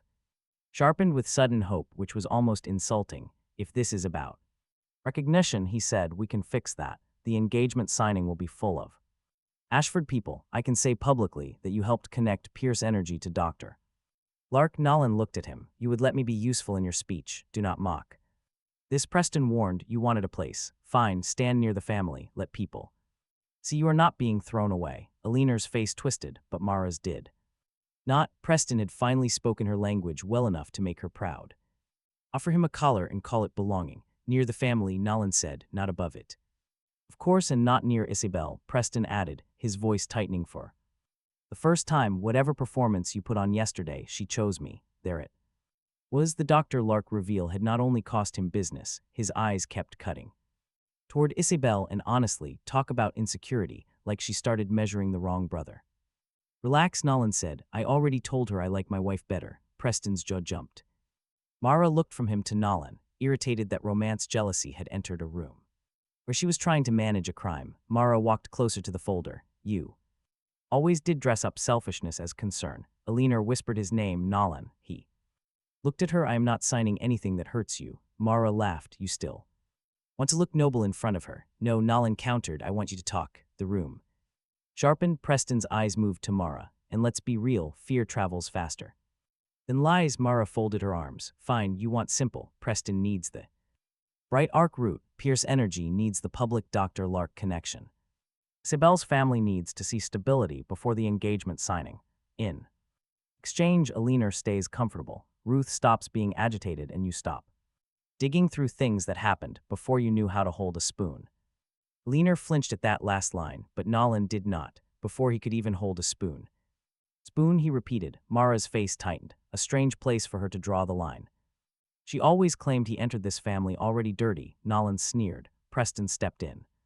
Preston called it useless. No, Nolan countered. This is actually the first useful conversation. Mara's hand twitched. Nolan just smiled. Go ahead, he dared. Hit me. Preston still has a face. Preston went red. Alina looked back and forth. Lost, terrified, trying to grasp words that only cut like knives. Mara lowered her hand. Good, she remembered the price. You want Dr. Lark? Nolan asked. You want Bright, want him to stop asking about Ruth's bracelet. Then answer just one simple question. Mara stared him down in cold silence. Why does Preston deserve everything Nolan earned? She scoffed. Because Preston understands family. Wrong, Nolan shot back. Because he never tried to destroy them. Wrong. Again, her voice rose, shouting that Preston is the son who belongs there. Alina's face instantly dropped. Mara realized what she said, but it was too late. Nolan stepped closer. What place? Preston yelled for his mother, terrified. Mara ignored him completely. Ancient rage had taken control. Do not ask questions. You cannot survive. Nolan countered that he survived her. Only because she allowed it, she fired back.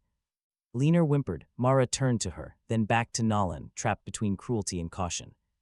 Nolan tapped the folder. The Dr. Lark letter goes nowhere until she answers. Preston gripped his phone tightly, warning Nolan to think carefully. Burning this family means burning Alina too. Nolan sneered at him for using her as a hostage. Mara stepped so close Nolan could smell her perfume. You kept her fragile, she sneered. Mara claimed Nolan kept her that way. Then her eyes went flat. For once her mask did not just crack, it completely fell off. Alina was fragile long before Nolan touched anything. Mara spat. She could not even track her own baby. The entire room went dead silent. Agnes slapped a hand over her mouth. Can we believe she actually said that? Alina stared at Mara in sheer disbelief. Nolan did not breathe yet. Pushing too hard would make Mara retreat into her shell. Too soft and she would hide, so he used her favorite weapon against her. And Preston deserved it, Nolan goaded. Mara's eyes flashed. Of course he did. Preston closed his eyes 1 second too late. Preston was healthy, Mara continued. Bright and strong, Richard needed a son who would not embarrass them. Alina was half dead, sobbing over a bracelet and a baby she could barely hold. Alina gasped. Nolan kept his voice low, asking about himself. Mara sneered at him. With years of practice discussed, he was hungry before he could even speak, she said. Alina began to shake. Agnes rushed over, but Alina raised a hand, stopping her. Mara was still talking, too lost in her own bitterness to notice that the woman she tried to destroy was hearing every single word. That bracelet should never have stayed where it started, Mara admitted. She corrected. What everyone else was too weak to fix, there it was, not the full truth. But enough to expose every cruel lie Nolan had lived through. Suddenly stand on a rotten foundation, enough to make Alina look at him like she saw 20 years of hunger, enough to burn Preston's future to ash. Nolan picked up the Dr. Lark folder and slid it right back under his arm. Mara blinked, demanding to know what he was doing. Keeping his property, he countered. Nolan told her she had bait in her teeth as Preston lunged for the folder. Arlo stepped through the doorway, catching his wrist before he could even touch it. Nolan had not seen any mentor. That meant Victoria had sent him before Mara even started talking. For once, Nolan appreciated suspicion on legs. Preston yanked back, demanding to be let go. Arlo released him, muttering that he hated touching liabilities. Mara turned toward the doorway where Victoria stood. She had heard enough, her face colder. In hospital glass, a leaner stays, Victoria declared, as Mara tried to recover. Her dignity claiming this was Pierce's family business. Victoria stepped inside. You made it Ashford business when you used my grandmother's memory, my boardroom. And my husband's work to protect your lie. Husband, she said it cleanly, not loudly and not tenderly, cleanly enough that Preston heard his future moving. Away from him, Isabel was not there to see it, the only reason he did not break completely. Eleanor stood up. Agnes reached out, but Eleanor shook her head. She took one slow step toward Mara, asking what she did to her baby. Eleanor demanded. Mara's face went white. No mere insult could have done that, no slap and no board vote. The question cut deep because it came from the woman Mara had spent years keeping quiet. Eleanor took another step, her knees shaking. Agnes moved beside her, not in front of her, and that really mattered. For once, someone actually helped Eleanor stand without using her weakness as a leash. Eleanor looked over at Nolan. There was no certainty in her face, only terror trying to become memory. Nolan, she called out, come here, but Mara snapped no. The word came out too fast and too raw. Eleanor turned back to her, asking why not. Mara's mouth worked. Preston stepped in because he always knew how to fill silence with manners. He claimed she was upset and Nolan was provoking her. Eleanor did not look at him. She kept looking at Mara, asking why not again. Mara's eyes flicked to memory box. Nolan saw it. Agnes saw it. Victoria saw it from the doorway. Eleanor followed her gaze and whispered about the bracelet. Mara recovered enough to laugh, claiming an old hospital bracelet proved nothing. Then why did you try to take it? Nolan asked. Mara's laugh stopped. Preston snapped, because you keep weaponizing sick women. Nolan looked at him, noting he said that a lot for someone using two of them as shields. His face flushed. Eleanor held out her hand toward Nolan again. He crossed the room. Mara moved as if to block him, but Victoria warned her to try one word. Mara stopped. Nolan stood close enough for Eleanor to touch his sleeve. Her fingers brushed the cuff, light and shaking. It was not a claim.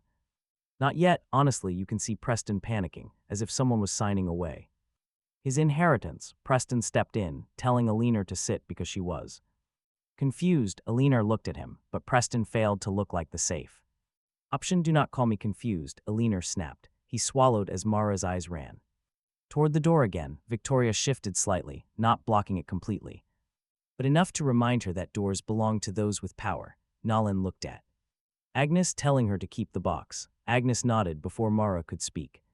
That tiny nod hit Mara harder than obedience ever could. Preston backed away toward the window, pulling out his phone. Nolan asked who he was calling, but he did not answer. He did not need to. Preston had lost Dr. Lark in the clean Pierce family story. He had heard Victoria call Nolan husband in a room where Isabel isn't around to manage this mess, so he reaches for the one status symbol he still thinks can cover up the blood on the floor, the Ashford engagement. Preston speaks into his phone, his voice low and fast. Move the signing to tonight if you can, tomorrow morning at the latest. We need it locked before this mess spreads. Mara snaps his name, Preston, but he ignores her. That's new. Pure fear makes him.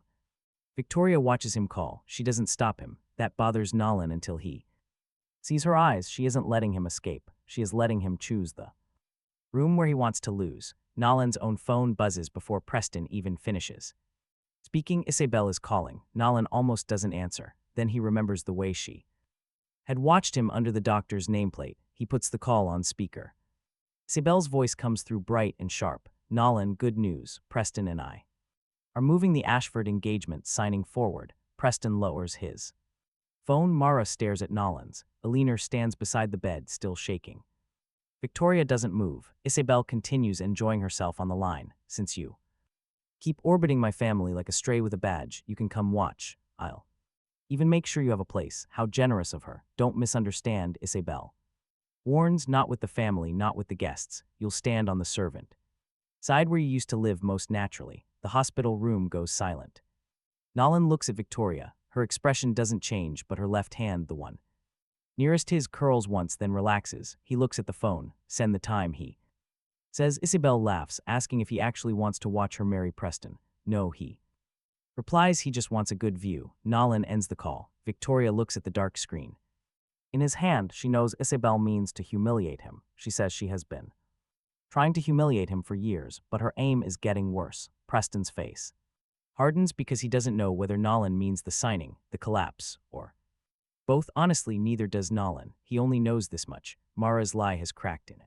Hospital room. Alina heard it, and now Preston is dragging Isabel onto a stage before anyone can even clean the floor. People like Preston always believe a bigger room makes a lie safer. Nolan spent weeks learning the exact opposite. Isabel sends the engagement details before the room even has time to breathe. 9 tonight, Ashford Ridge Estates formal hall. Dress properly. Staff will show you where to stand. She even added a little heart. Nolan shows the message to Victoria because he wants to see if her face can get colder than the hospital glass. It definitely can. Alina sits on the bed with Agnes beside her, the memory box under Agnes' hand. Mara stands near the door like a woman waiting for a fire alarm. Preston already left to save whatever he can still pretend is his. Victoria reads the message once, then hands Nolan's phone back. She rejects the idea of him staying on the servant's side. Ruth, who had been half asleep until that sentence, suddenly opens her eyes. Opens one eye. Wear the dark suit, she says. Husbands look useful in them. Nolan says he only owns one and it has county clerk trauma on it. Then it already knows marriage, Ruth replies. Victoria looks at her, stating she isn't attending. Ruth closes her eye again. Very fragile grandmother, very selective hearing. Arlo whispers from the doorway that this family uses medical weakness like a weapon. Ruth smiles without opening her eyes. Good, she says, you learned. The hall at Ashford Ridge Estates was dressed like a wedding preview and priced like a small lawsuit. White flowers, golden chairs, and a long table with the engagement contract sat centered under a spotlight with a velvet ring box beside. It opened just enough to show everyone that the Ashford family had brought history to the table. Preston stood near it in a sharp suit, his bruises hidden under powder and sheer arrogance. Isabel stood right beside him in white, not quite a wedding dress, but close enough to signal exactly what she wanted everyone to imagine. Camille drifted between guests, wearing diamonds and hunger. Arthur stood by the contract, resting one hand on a board proxy packet as if touching that paper made him powerful. Mara stood behind Preston, watching every single door. Richard Pierce had also arrived, looking tired, irritated, and completely terrified. That scandal might find a microphone. Nolan entered through the grand front doors because he had stopped taking side entrances for people who needed his humiliation to feel. Rich, a staff coordinator, hurried toward him with a polite, empty smile that did not reach her eyes. She told Nolan Pierce that Isabel Ashford wanted him seated near the service access. When she added that he would understand, he knew she was right. He replied that he understood perfectly. She pointed him toward a narrow space near the wall, half hidden behind a floral screen. Not a seat, a threat. Wrapped in upholstery, Isabel saw him stop and smirked, slowly crossing the room, taking her time. Talk about petty. She wanted everyone to notice he arrived alone.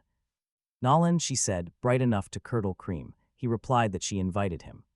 She scoffed that she invited him to watch, not to wander. Preston then joined her, his smooth public mask fully repaired, telling Isabel to let him stay because after tonight, Nolan would finally understand the difference between a real fiancé and a cheap rumor.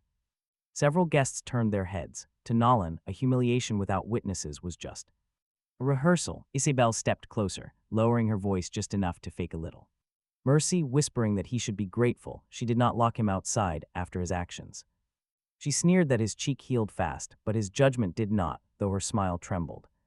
Preston touched her elbow in a possessive, careful, territorial way, warning Nolan directly. This was an Ashford event, warning him not to start another scene. Nolan looked at the contract behind them, noting they moved the signing up because their family story started bleeding. Already a scene. Preston's fingers tightened on Isabel's arm. Mara overheard Nolan and stepped forward like a knife in a silk sleeve. She hissed that he should be ashamed to show his face after his hospital stunt.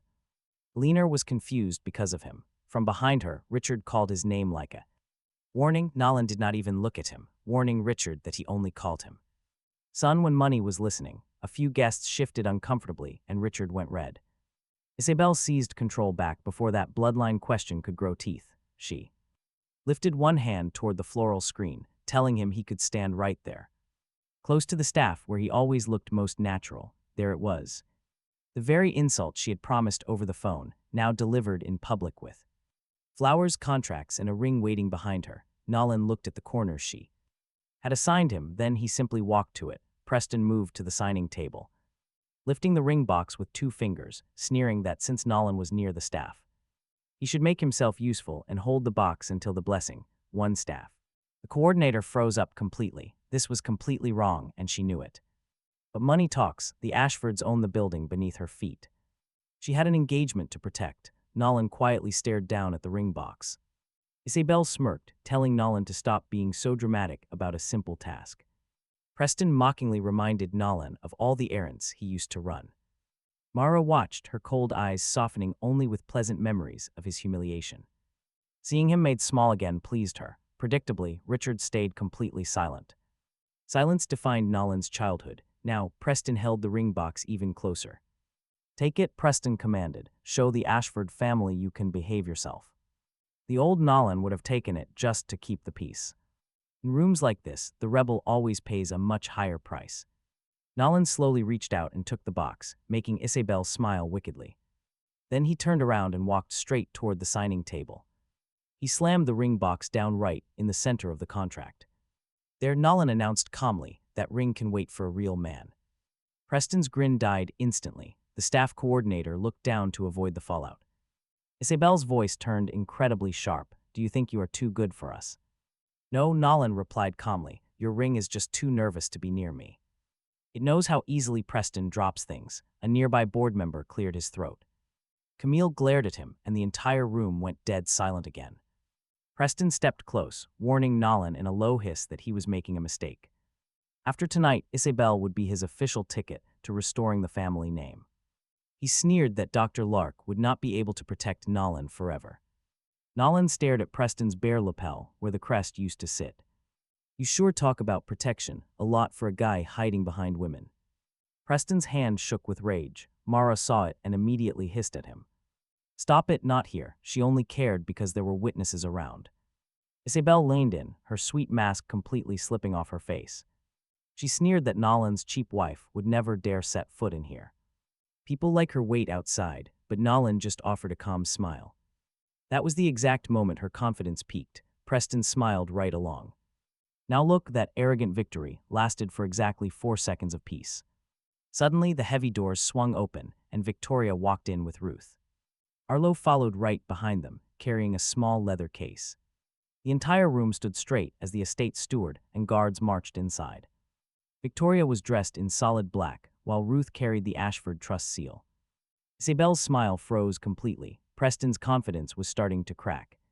Victoria's cold gaze went first to the contract, then to the ring box. Finally, her eyes locked onto Nolan, standing quietly near the floral screen. Without asking any questions, Victoria turned her icy stare directly toward Isabel. Nobody dared to breathe. The tension in the hall was absolutely suffocating. The ring box remained open, Preston's trembling hand still hovering right near it. Victoria Ashford used the word husband like a cold blade cutting through glass.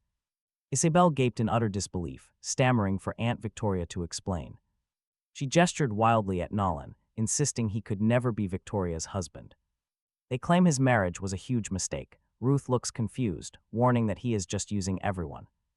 Ruth taps the family trust seal against her palm. Immediately, every Ashford in the room falls dead silent. Victoria walks right up to Nolan. No rush, no romance, just cold, terrifying certainty. She stops beside him and extends her hand. He stares at it, just 2 weeks ago.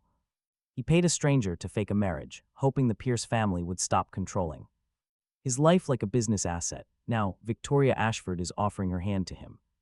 Right inside the elite family's formal hall, while his ex stands in white beside. His brother, Nolan, takes her hand. Her fingers are icy, but her grip is firm. Victoria turns. To the crowd, Nolan Pierce is her legal husband, she declares, and he stands beside her. Guests who cannot accept this can leave before the signing table becomes their problem. The staff coordinator reacts instantly. She drags a heavy chair from the service wall over to Victoria's side of the signing table. She pulls it with both hands, her cheeks burning. No one ordered her, which makes it perfect. The worker recognized the new power dynamic before Isabel could even think to argue. Isabel blocks the moving chair, snapping that the seat is strictly reserved for family. Ruth raises the trust seal again, asking why Isabel is blocking Victoria's husband. The coordinator freezes, caught between the bride in white and the matriarch holding the seal, Nolan. reaches past Isabel, grabs the back of the chair, and pulls it into place himself. Right next to Victoria, the chair legs scrape harshly against the polished floor. It is a grating, ugly sound, but incredibly useful. Every single guest hears it. That simple servant seat has just become the husband's chair. Preston glares at it, utterly furious. For years, Preston never had to physically hit Nolan to keep him feeling worthless. He just needed the elite crowd to keep Nolan in his place, but this chair, sliding across the floor, completely shatters his control. Victoria takes her seat and looks directly at Nolan. He sits right next to her, leaving Isabel standing alone. This was the exact humiliating position Isabel wanted for Nolan. The entire room notices. Isabel turns pale before a hot, ugly blush of anger rushes back to her face. She accuses Victoria of doing this for Ruth, claiming Nolan wormed his way into the matriarch's head. Nolan looks at her, reminding everyone that she threatened his wife and called her cheap. She even claimed his wife was imaginary. Now, Victoria squeezes his hand. Isabel senses the trap snapping shut. Victoria coldly points out that the wife she threatened was actually her. Talk about an absolute boss move. That revelation hits harder than any slap. Isabel's physical bruise has faded, but this blow is permanent. Preston steps forward, defending Isabel as emotional, while accusing Nolan of constantly provoking everyone. He begs Victoria not to let Nolan's petty resentment ruin their family alliance. Ruth stares back, questioning that alliance. Preston quickly tries to sweet-talk the matriarch, claiming he always respected her family and hopes to prove it tonight. But Ruth snaps that he proved enough at her gate. Camille quickly intervenes before Preston makes things worse, announcing that the engagement contract is officially ready. She suggests sorting out family drama after the blessing, but Ruth flatly refuses. That single refusal echoes like a locked door. Camille's smile freezes instantly. There will be no blessing, no seal, and absolutely no Ashford support tonight. Arthur lets go of his board proxy packet, claiming his mother is completely overreacting. Ruth glares at him, pointing out he brought business proxies to his daughter's engagement. He thought a romance could mask a greedy board grab, so he shouldn't lecture her. What an overreaction. Arthur's jaw clenches. The steward steps up to sign the contract, shutting the ring box. Preston stares like he has been cursed. By the sight, that ring was open for him. Now it is shut. Before everyone, Isabel stares, begging her grandmother not to withdraw her blessing. Just because of Nolan, he is her ex, simply trying to punish her for choosing Preston. No, Ruth says, he is her grandson-in-law. And Isabel is punishing him for not staying rejected. The crowd goes silent. In collective realization, Preston looks at Isabel. His cold face shows absolutely no concern for her feelings, only worrying about what this public collapse costs him. Isabel sees it. Her eyes glare at Nolan. Humiliation wars across her face. With no clear winner, "Do you enjoy this?" she whispers to him. Nolan quietly admits he does, "But you keep making it easy." Suddenly, Mara snaps. With an old command, the room silences. Everyone turns to her. But Mara quickly realizes she is not in her private sitting room. Nolan is no servant. Victoria looks right at her with cold fury, warning Mara not to raise her voice at her husband in this house. Colder, Preston tenses as Richard steps forward, trying to save face. Even though their dignity is long gone, Victoria, he suggests they should speak privately, since Nolan's legal status is highly complicated, but she is not having it, firing back that his status is clearer than their family's actual origins. Mara goes pale. They look at each other in sheer panic. Their dark secrets have followed them right into this grand hall, shattering everything. But Arthur senses a great opportunity in this sudden damage. He steps around the signing table, addressing the entire room rather than just Victoria, arguing that the board cannot ignore what has happened tonight. If Victoria publicly claims a husband from East Row Apartments while his background is disputed, it severely damages their trust and authority. Along with their vital partnership, Arthur has found his weapon. Since the engagement failed, yet Victoria quietly holds onto Nolan's hand without letting go, demanding he speak plainly. Arthur glares at Nolan, calling him a liability with a hidden alias, an old marriage record nobody remembers, an unstable family line, and a cheap apartment that cannot even afford these flowers. And he should not gain control just because ROF likes him. Nolan smiles, mocking his dramatic speech, but Arthur simply ignores him and continues, demanding proof that he is Dr. Lark or has actual Pierce family blood, and demanding Victoria prove her new husband is not bringing a massive fraud. Their door, suddenly, Nolan's phone rings with a call from Jules Knox. As the contract remains unsigned, Nolan quickly answers the call on speaker. Jules does not waste any time, announcing that the major signing has been moved up. The critical alignment window for Ashford Group is open right now. The founder packet and spouse disclosures must match perfectly before they can proceed. Hearing this, Arthur and Preston smile, thinking this new chaos benefits them.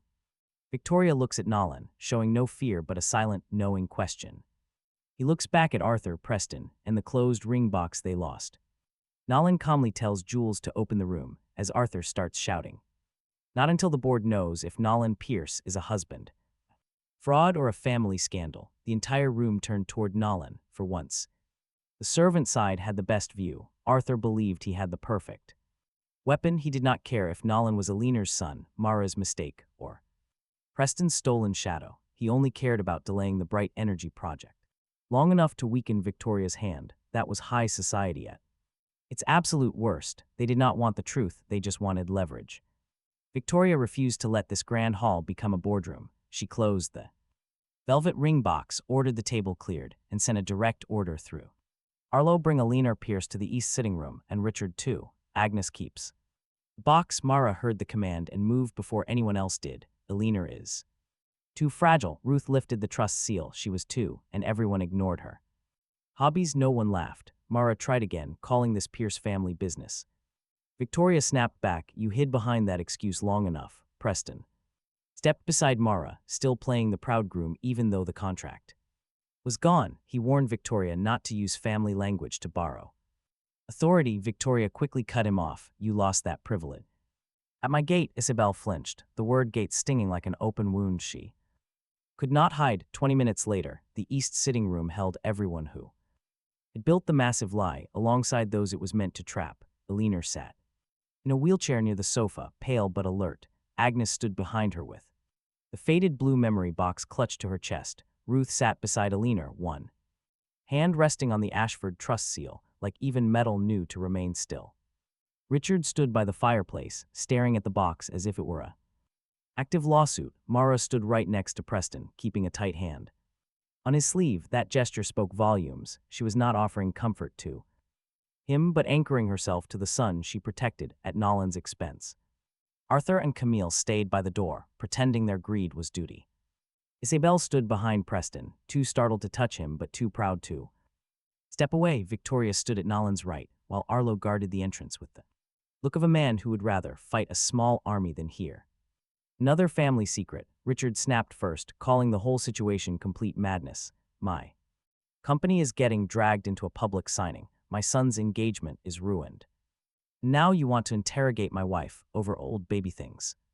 From decades ago, Alina's head snapped up. Your wife, she demanded. Richard turned, shocked by the sharp edge in her voice. Alina stared at Mara, asking which wife was allowed to remember her child tonight. Mara's face tightened.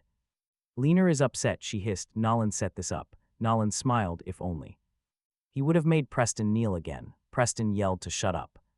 Ruth glared at him. You kneel badly and interrupt even worse, Camille whispered. Mother trying to stop her. Ruth ignored her. Agnes placed the box on Alina's lap. Mara lunged forward, ordering her not to. Agnes's hands shook violently, but she let go. The box settled onto Alina's lap, and that tiny sound shifted the whole room. Mara had bossed Agnes around for years, and Agnes always obeyed. Illness makes a house easy to bully, but now that box left Agnes' hands, and once inside Alina's home, Mara lost the last servant her fear could buy. Alina lifted the lid. Inside lay tiny hospital keepsakes, a faded baby blanket too. Old bracelets and photographs where no one was smiling. The evidence sat there, but this box was not the real trigger. Look at Mara's face when Alina touched the bracelet. Alina lifted the yellowed plastic strip, her breath shaking. I remember this. Agnes took a step forward before her own fear could drag her back. Mara asked me not to wake you that night, Agnes told Alina. Mara turned on her, demanding she stop. Agnes flinched but kept speaking. I was young. I thought I was protecting you. I saw 2 distinct bracelets on that tray. Mara said the nurses made a mistake and that you were too weak for more confusion.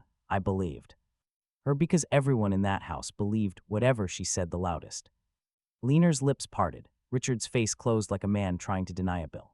After seeing his own signature, Preston's voice went cold, barking, Agnes, you are a caretaker, not a doctor. You do not know what you saw. Agnes looked at him then. For years, Agnes had called Preston by his family title with gentle respect. That night, the respect left before the title did. I know Mara told me never to mention that second bracelet, Agnes said. I know she took the crying baby out of your room before dawn. I know the baby she brought back did not cry the same way. Mara's hand flew up, not toward him, but toward Agnes.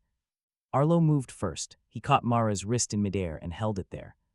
Polite as a door lock. I would not, he warned. Mara glared at him like he was beneath noticing. Arlo smiled without warmth. That is the exact expression people wear right before security becomes memorable. He released her. Mara lowered her hand, but everyone saw. More importantly, Alina had seen it. The old story did not look like a simple misunderstanding anymore. It looked like a woman trying to slap the very last witness back into the furniture. Mara forced it. Laugh. Do you remember being ill? I remember asking why the bracelet looked different. Preston's eyes moved to Mara. Richard saw the look at last. It was almost frustrating to see how late his suspicion arrived. Richard turned to Mara. What is she talking about? Mara's chin lifted. She is confused, Ruth is confused, and Nolan is feeding both of them stories because he hates Preston. Then answer cleanly, Nolan demanded. Which baby wore the wrong bracelet? Mara's cold eyes cut to him. You do not get to question your mother. Alina flinched, but not from fear this time, from anger, trying to stand up inside a body that had been kept seated too long. Do not use that word, Alina said. The room hurt her, and Mara heard it worse. Alina, Mara said softly, you do not understand what he is doing. I understand hunger, Alina said, her hand tightening around the bracelet. I fed him because no one else did. I heard him cry in the garden because no one else went outside. I asked you why I cared so much, and you told me sickness makes women sentimental. Mara's mouth opened, but no answer came out. Preston stepped forward, desperate to fill the space before Alina reached it. You are mixing childhood pity with blood. Nolan is using you. He always wanted what I had. Nolan looked at him, demanding your future, your mother, or the bracelet. His face went red. Richard stared at Preston's reaction and finally lost another layer of denial. Mara, he said, lower now. Answer. Mara turned on him. Do not. Nolan tells her not to command him like she is innocent. She wanted a Pierce. Someone who could stand straight, smile right, and make her company look clean. She wanted a presentable son. Richard's face drains. Preston whispers for his mother. Panic sets in again. Too late. Nolan steps toward Mara, saying she gave them Preston. Mara's eyes burn. She claims she gave the family what it needed. Alina makes a sound so small it almost disappears. Ruth reaches for her hand. Mara sees the damage but still chooses pride. She says Preston was healthy. He was hers. He was strong. He did not cry, as if begging the world to apologize for him. Alina was half dead. Richard was useless, and everyone expected her to watch her son grow up outside the place he deserved. The words rush out so fast. The room cannot interrupt. Then they land. Her son, not Richard's chosen heir, not the polished Pierce miracle. Mara's son. Preston closes his eyes for a second. All his softness vanishes. He looks like exactly what he is, a man watching borrowed blood get repossessed. Alina stares at Mara. You took him. Mara points at Nolan. She corrected a weakness, claiming Alina was not strong enough to keep what she had. Alina stands up. Agnes reaches for her, but Alina shakes her head once. Ruth lets her go. The room does too. Alina crosses the small distance to Nolan on shaking legs. He moves to help her, but she lifts one hand and stops him. She wants this step to be hers. Mara watches her come toward Nolan and finally understands that the woman she had kept fragile has learned to aim. Alina reaches Nolan and touches his cheek, not the cheek Mara had slapped, but the other one, needing one clean place to start.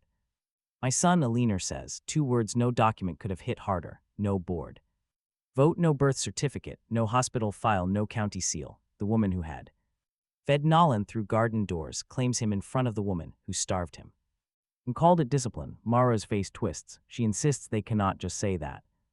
Alina turns to her, saying she does not get to dictate what a mother says. Mara steps forward, arguing that she raised him. Alina's voice shakes, but it does not break. She accuses Mara of punishing him because he was hers. The bracelet made the truth possible. Alina makes it human. Richard sinks into the chair near the fireplace, looking at Preston like a man seeing an account balance turned negative in real time. Preston sees the look and grabs for his old Performance, Preston pleads that nothing changes, that he is still the one who stayed still.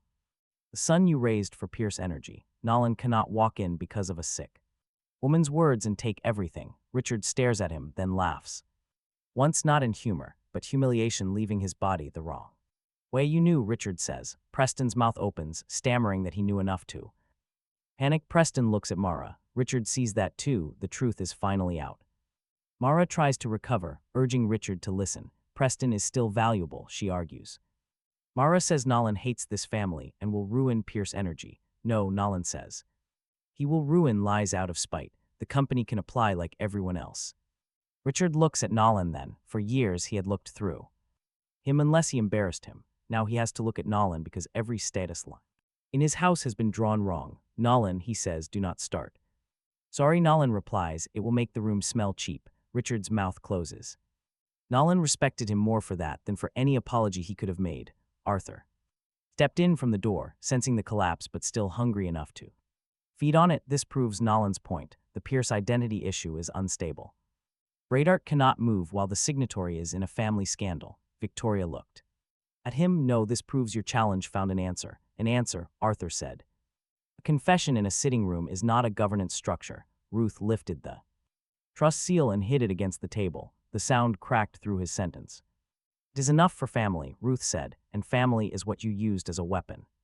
Tonight, Arthur stopped. Camille touched his sleeve. Even Greed knows when the room has turned. Preston's eyes darted toward Isabel again. That tiny movement told the room he had already stopped thinking like a son and started thinking like a fiancé, losing market value. This changes nothing between us. He told Isabel, my position is still Pierce. My future is still Pierce. Energy, the Ashford signing still needs stability. Isabel looked at the missing ring box through the open doors. Stability, she repeated. It did not sound like belief. It sounded like math being redone after someone changed the numbers. Preston heard it and panicked harder. I was a baby, he said to Richard. Whatever mother did, I did not choose it. You raised me, you trained me, you told everyone I was the heir. You cannot erase me because Nolan found a sad story. Richard stared at him. For a moment, Nolan almost agreed with Preston. He had been a baby too. Then Richard looked at Nolan, adding that he was still the one nobody wanted. There it was, the little cruelty he did choose. Eleanor's hand tightened on the bracelet until Agnes gently covered her fingers. Richard saw. This time he did not look away. Richard stood slowly, walking over to Preston. Preston straightened out of habit. For one wild second, Nolan thought Richard would protect him anyway. Men like Richard loved hierarchy more than truth, and Preston had always looked like easier hierarchy. Then Richard reached up and removed the small Pierce crest pin from Preston's lapel. Preston's face went blank. It was a tiny object, gold, polished, meaningless to anyone outside that family. Inside that room, it was a public stripping. Your Pierce energy signing authority is frozen, Richard said. Your heir access is frozen. Your engagement claim through this family is frozen until I know which part of my house is not built on fraud. Preston grabbed his wrist, whispering, Father. Richard pulled free. Do not call me that until I decide whether the words survived. Tonight, Mara slapped Richard. The sound was sharp and stupid. Every guard moved. Richard did not touch his cheek. He only looked at her. You leave the Pierce house tonight, he said. Mara laughed wild now. You think you can throw me out? I gave you the son you wanted. Eleanor stepped between Mara and Nolan. Not because Nolan needed shielding, but because she needed the room to see where she stood. You gave him a lie, Eleanor said, and you stole mine. Preston turned toward Isabel, reaching for the last soft place he had. She stepped back, not far. Just enough. It was the cruelest distance in the room. He saw it and broke in it. Quieter way than Nolan expected. Isabel, he whispered. She looked at the closed ring box on the cleared table beyond the sitting room doors. She did not answer. Victoria's phone buzzed. Arlo checked his tablet at the same time. Bright arc. Arlo announces the signing room is ready, while Arthur tries to delay the inevitable. He claims it cannot proceed, but Victoria coldly fires back that it absolutely will. The truth will be laid bare. Ruth stands up, slower than Eleanor but commanding. Her authority is so heavy that the guards immediately clear a path for her. She snaps that she is tired of amateurs, immediately leading them out of the room. They head straight to the Ashford group signing floor, sparing no time for speeches. That silence is a mercy. Any delay would just let someone romanticize their defeat. The signing room is brightly lit, with a long table waiting for them. Under the glowing Bright Arc Energy logo sits a sealed founder packet. Cameras remain covered on Victoria's orders as Jules Knox waits close by. Hands folded, he looks like a man with more than enough contingency plans to sleep well. A man who sleeps soundly, Eleanor stays close to Nolan. Her hand tightly grips his sleeve, refusing to let go as Victoria quietly notices. Victoria stays quiet, avoiding a scene, then Preston walks in last. He wears no crest pin, no ring, completely stripped of his usual arrogant confidence. Instead, he has that chilling calm of someone ready to burn everything down. Just because he no longer owns a single room inside, he marches straight forward. Ignoring Richard, Mara, and Isabel, he heads directly for the table. Pointing at the founder packet, Preston demands that they do not open it. He shouts that Nolan Pierce is a total fraud and Dr. Lark is stolen. He claims Bright Arc is stolen, and these women are too blind to see. Jules glances at Nolan, Victoria glares at Preston. Talk about a massive gamble. Preston has chosen the absolute worst room to lose everything, screaming that Nolan is a fraud.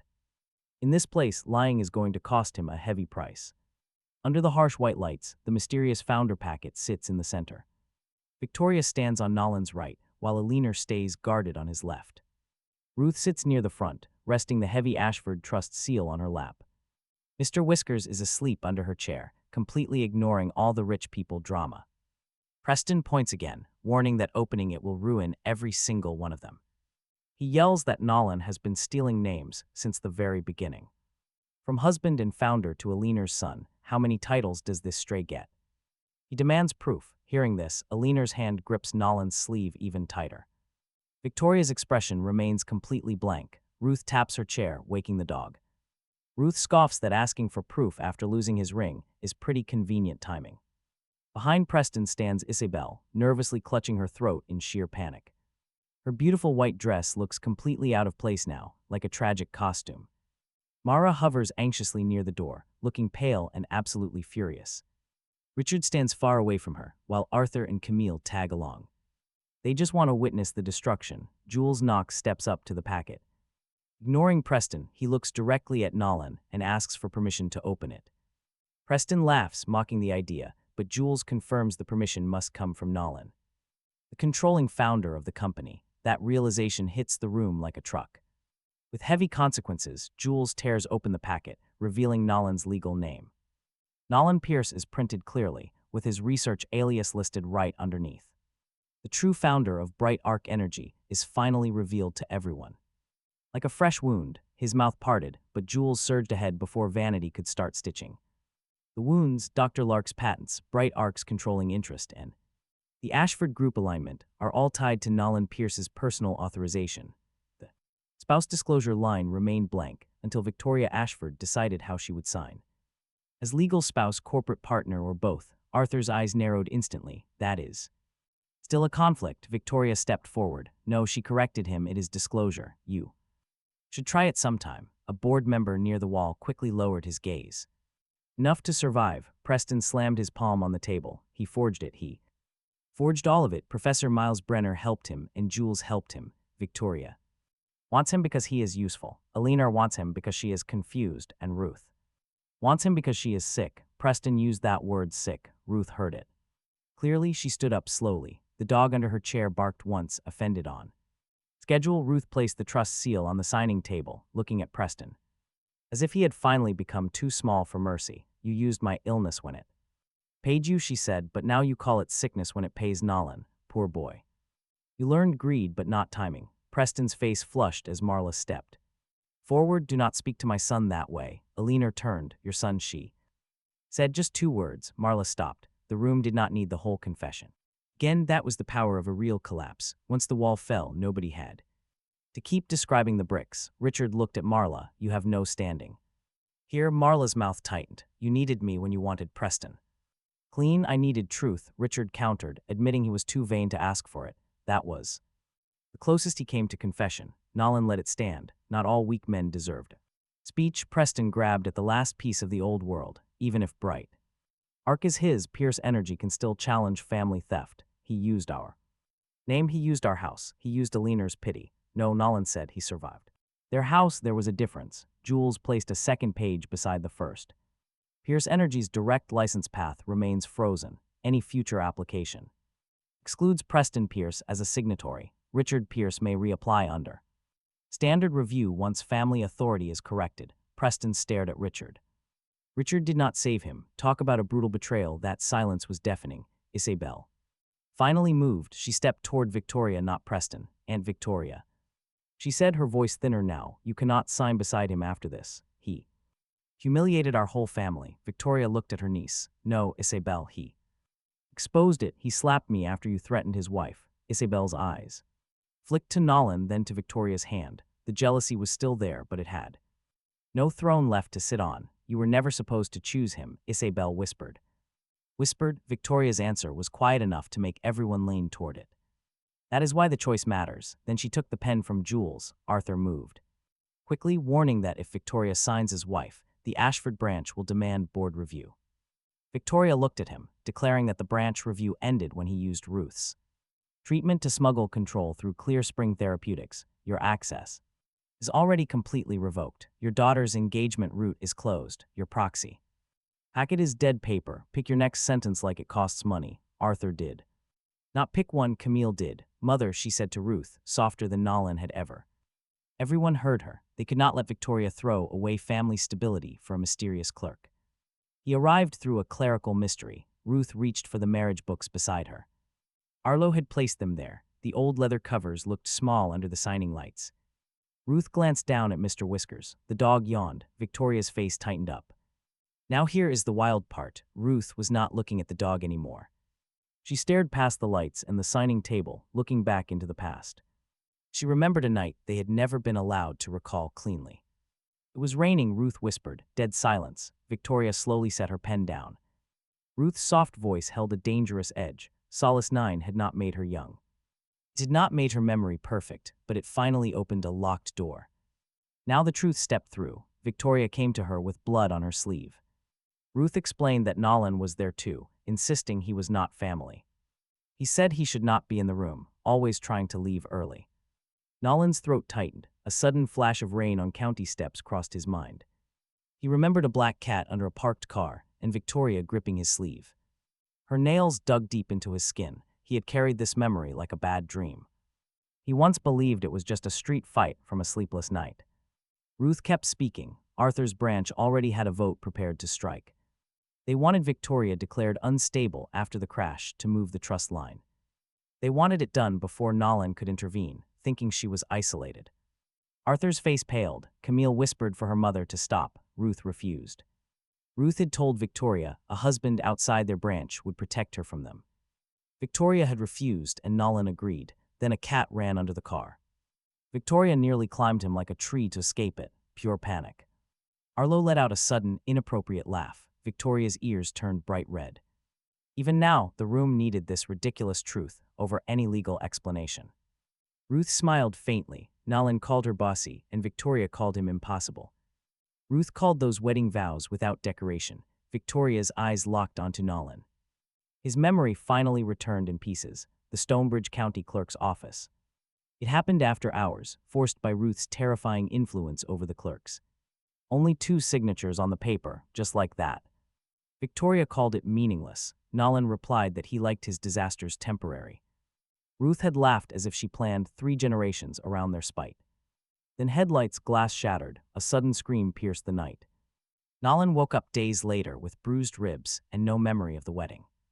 Mara told him he fought someone, which was the only story anyone believed. Victoria touched her wrist. Nolan saw the faint, old scar near her watch. She remembered as well, not everything, but enough. Ruth glared at Arthur. She hid the books because he was actively hunting for a weakness. She let the marriage sleep until Nolan arrived to protect her again. It was like fate finally learned punctuality. Arthur desperately tried to speak. Victoria silenced him without even looking. Arlo took a step forward. Arthur and Camille Ashford are stripped of all rights and trust access. Pending board action, security is ready to escort them out. Victoria looked cold as she gave the final word to security. Security stepped in. Arthur did not fight and Camille did not beg. They understood. They knew the power of boards, trusts, and access much better than shame.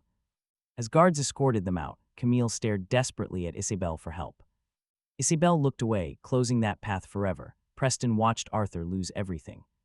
He thought making noise would save him, but watch how that backfires. He claimed this marriage was born from panic, a sick old woman scheme.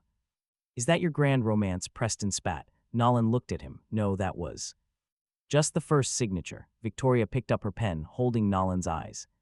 Her gaze was not soft or begging. That other woman had threatened him. But the woman at this table had already seen what ruined him. She chose to stand beside what remained. This is the choice, Victoria said. She signed first, Victoria Ashford, no longer hiding from Ruth's heavy pressure. She was not forced by Arthur's threats either, right beside the spouse line. She wrote her name with the cold precision she used in boardrooms. Then Jules turned the packet toward Nolan. He signed his own name. Nolan Pierce, Dr. Lark, bright arc energy found her. The pen felt light. Preston lunged for the packet, but Arlo was already stepping in. He grabbed Preston's wrist and twisted, forcing him to bend, not kneel. That callback would be too generous. Preston folded over the table in pain. The founder packet remained out of reach. Careful, Nolan warned him quietly. You are standing near documents you cannot afford, Arlo muttered. Nolan smiled. Growth, Nolan remarked. Victoria's eyes smiled. Preston tried to yank free. But Arlo kept the pain controlled, not wanting to make him a martyr. He applied just enough pressure to show that noise was no longer authority. Preston spat that they could not throw him out of Pierce energy. Without him, Isabel had no reason to stay tied to their family. Without him, Richard lost his prepared son, but Eleanor spoke up. Standing beside Nolan, she declared he prepared the wrong son. Richard flinched. Preston did too. Victoria ordered Arlo to take him off the floor. Keep him in the building. He needs to hear the big announcement. Arlo smiled, trying to look professional as he accepted the satisfying task. He claimed it was policy-restrained pleasure. Victoria told him to try harder. Yes, security took Preston to the glass side room right next door. He was not truly gone, that was his punishment. He watched through glass. He saw the packet, the signatures, Isabel's distance, and Richard's silence. Every single title he tried to steal landed on his former servant. Ruth watched through the glass and nodded. Talk about some absolute poetic payback. The fish learns who is outside. Victoria sighed, but Ruth shrugged it off. Richard told Preston he was done. Preston looked up with wild eyes, asking if they would discard him for Nolan. Richard tiredly chose the truth. You helped Bari, Richard added. Mara let out a wordless, agonizing scream. She tried to reach Preston, but frail Eleanor stepped into her path. Her stare was steel. Do not touch my son, Eleanor warned. Mara instantly froze. The wrong son stood behind Mara, while the right one stood tall. Security dragged Preston away first. He fought until he noticed Isabel watching. He tried to look dignified, but failed. Isabel did not run to him. She looked at Nolan, and for a moment, he saw the girl who once brought him coffee, liking that he never bent quickly enough for her world. Then she looked at Victoria's signature beside Nolan's, whatever claim she thought. She still had died there. She called his name, saying she waited, using it as bait, insult, pity, and ownership, but this time it had nowhere to go. Victoria looked at her niece, declaring the engagement terminated and her board path through. Preston over, any future access would come through work, not romance or pity. Were threats? Isabel's eyes filled, asking about Nolan. Victoria glanced at him. He was never her access. Isabel went still, the slap marking her cheek. That sentence took the last excuse out of her hands. She left without touching the ring box. The estate steward carried it away like an object returning from a failed errand. Jules closed the founder packet after the signatures were recorded. Bride arc alignment is active. Ashford Group Partnership cleared. Pierce Energy frozen pending corrected application. Clear Spring Therapeutics remained under clean terms. Jules leaned toward Nolan once the security door closed, suggesting the public line omit the family matter. No, Victoria said. Before Nolan could answer, the public line would state Bride Arc Energy and Ashford Group signed after full disclosure. No lies, no euphemisms, no polite fog for people who used fog as a weapon. Jules looked at Nolan, who nodded. That was the difference between secrecy and privacy. Secrecy had fed Preston, privacy had protected Ruth until she remembered they were done feeding the wrong one. No long report, no technical lecture, just consequences stacked in plain language. Preston lost the Dr. Lark fantasy. Isabel lost the bride path. Arthur and Camille lost bride arc in solace, 9 access, Mara lost the right to call. Cruelty motherhood, Richard lost the comfort of pretending silence was nada.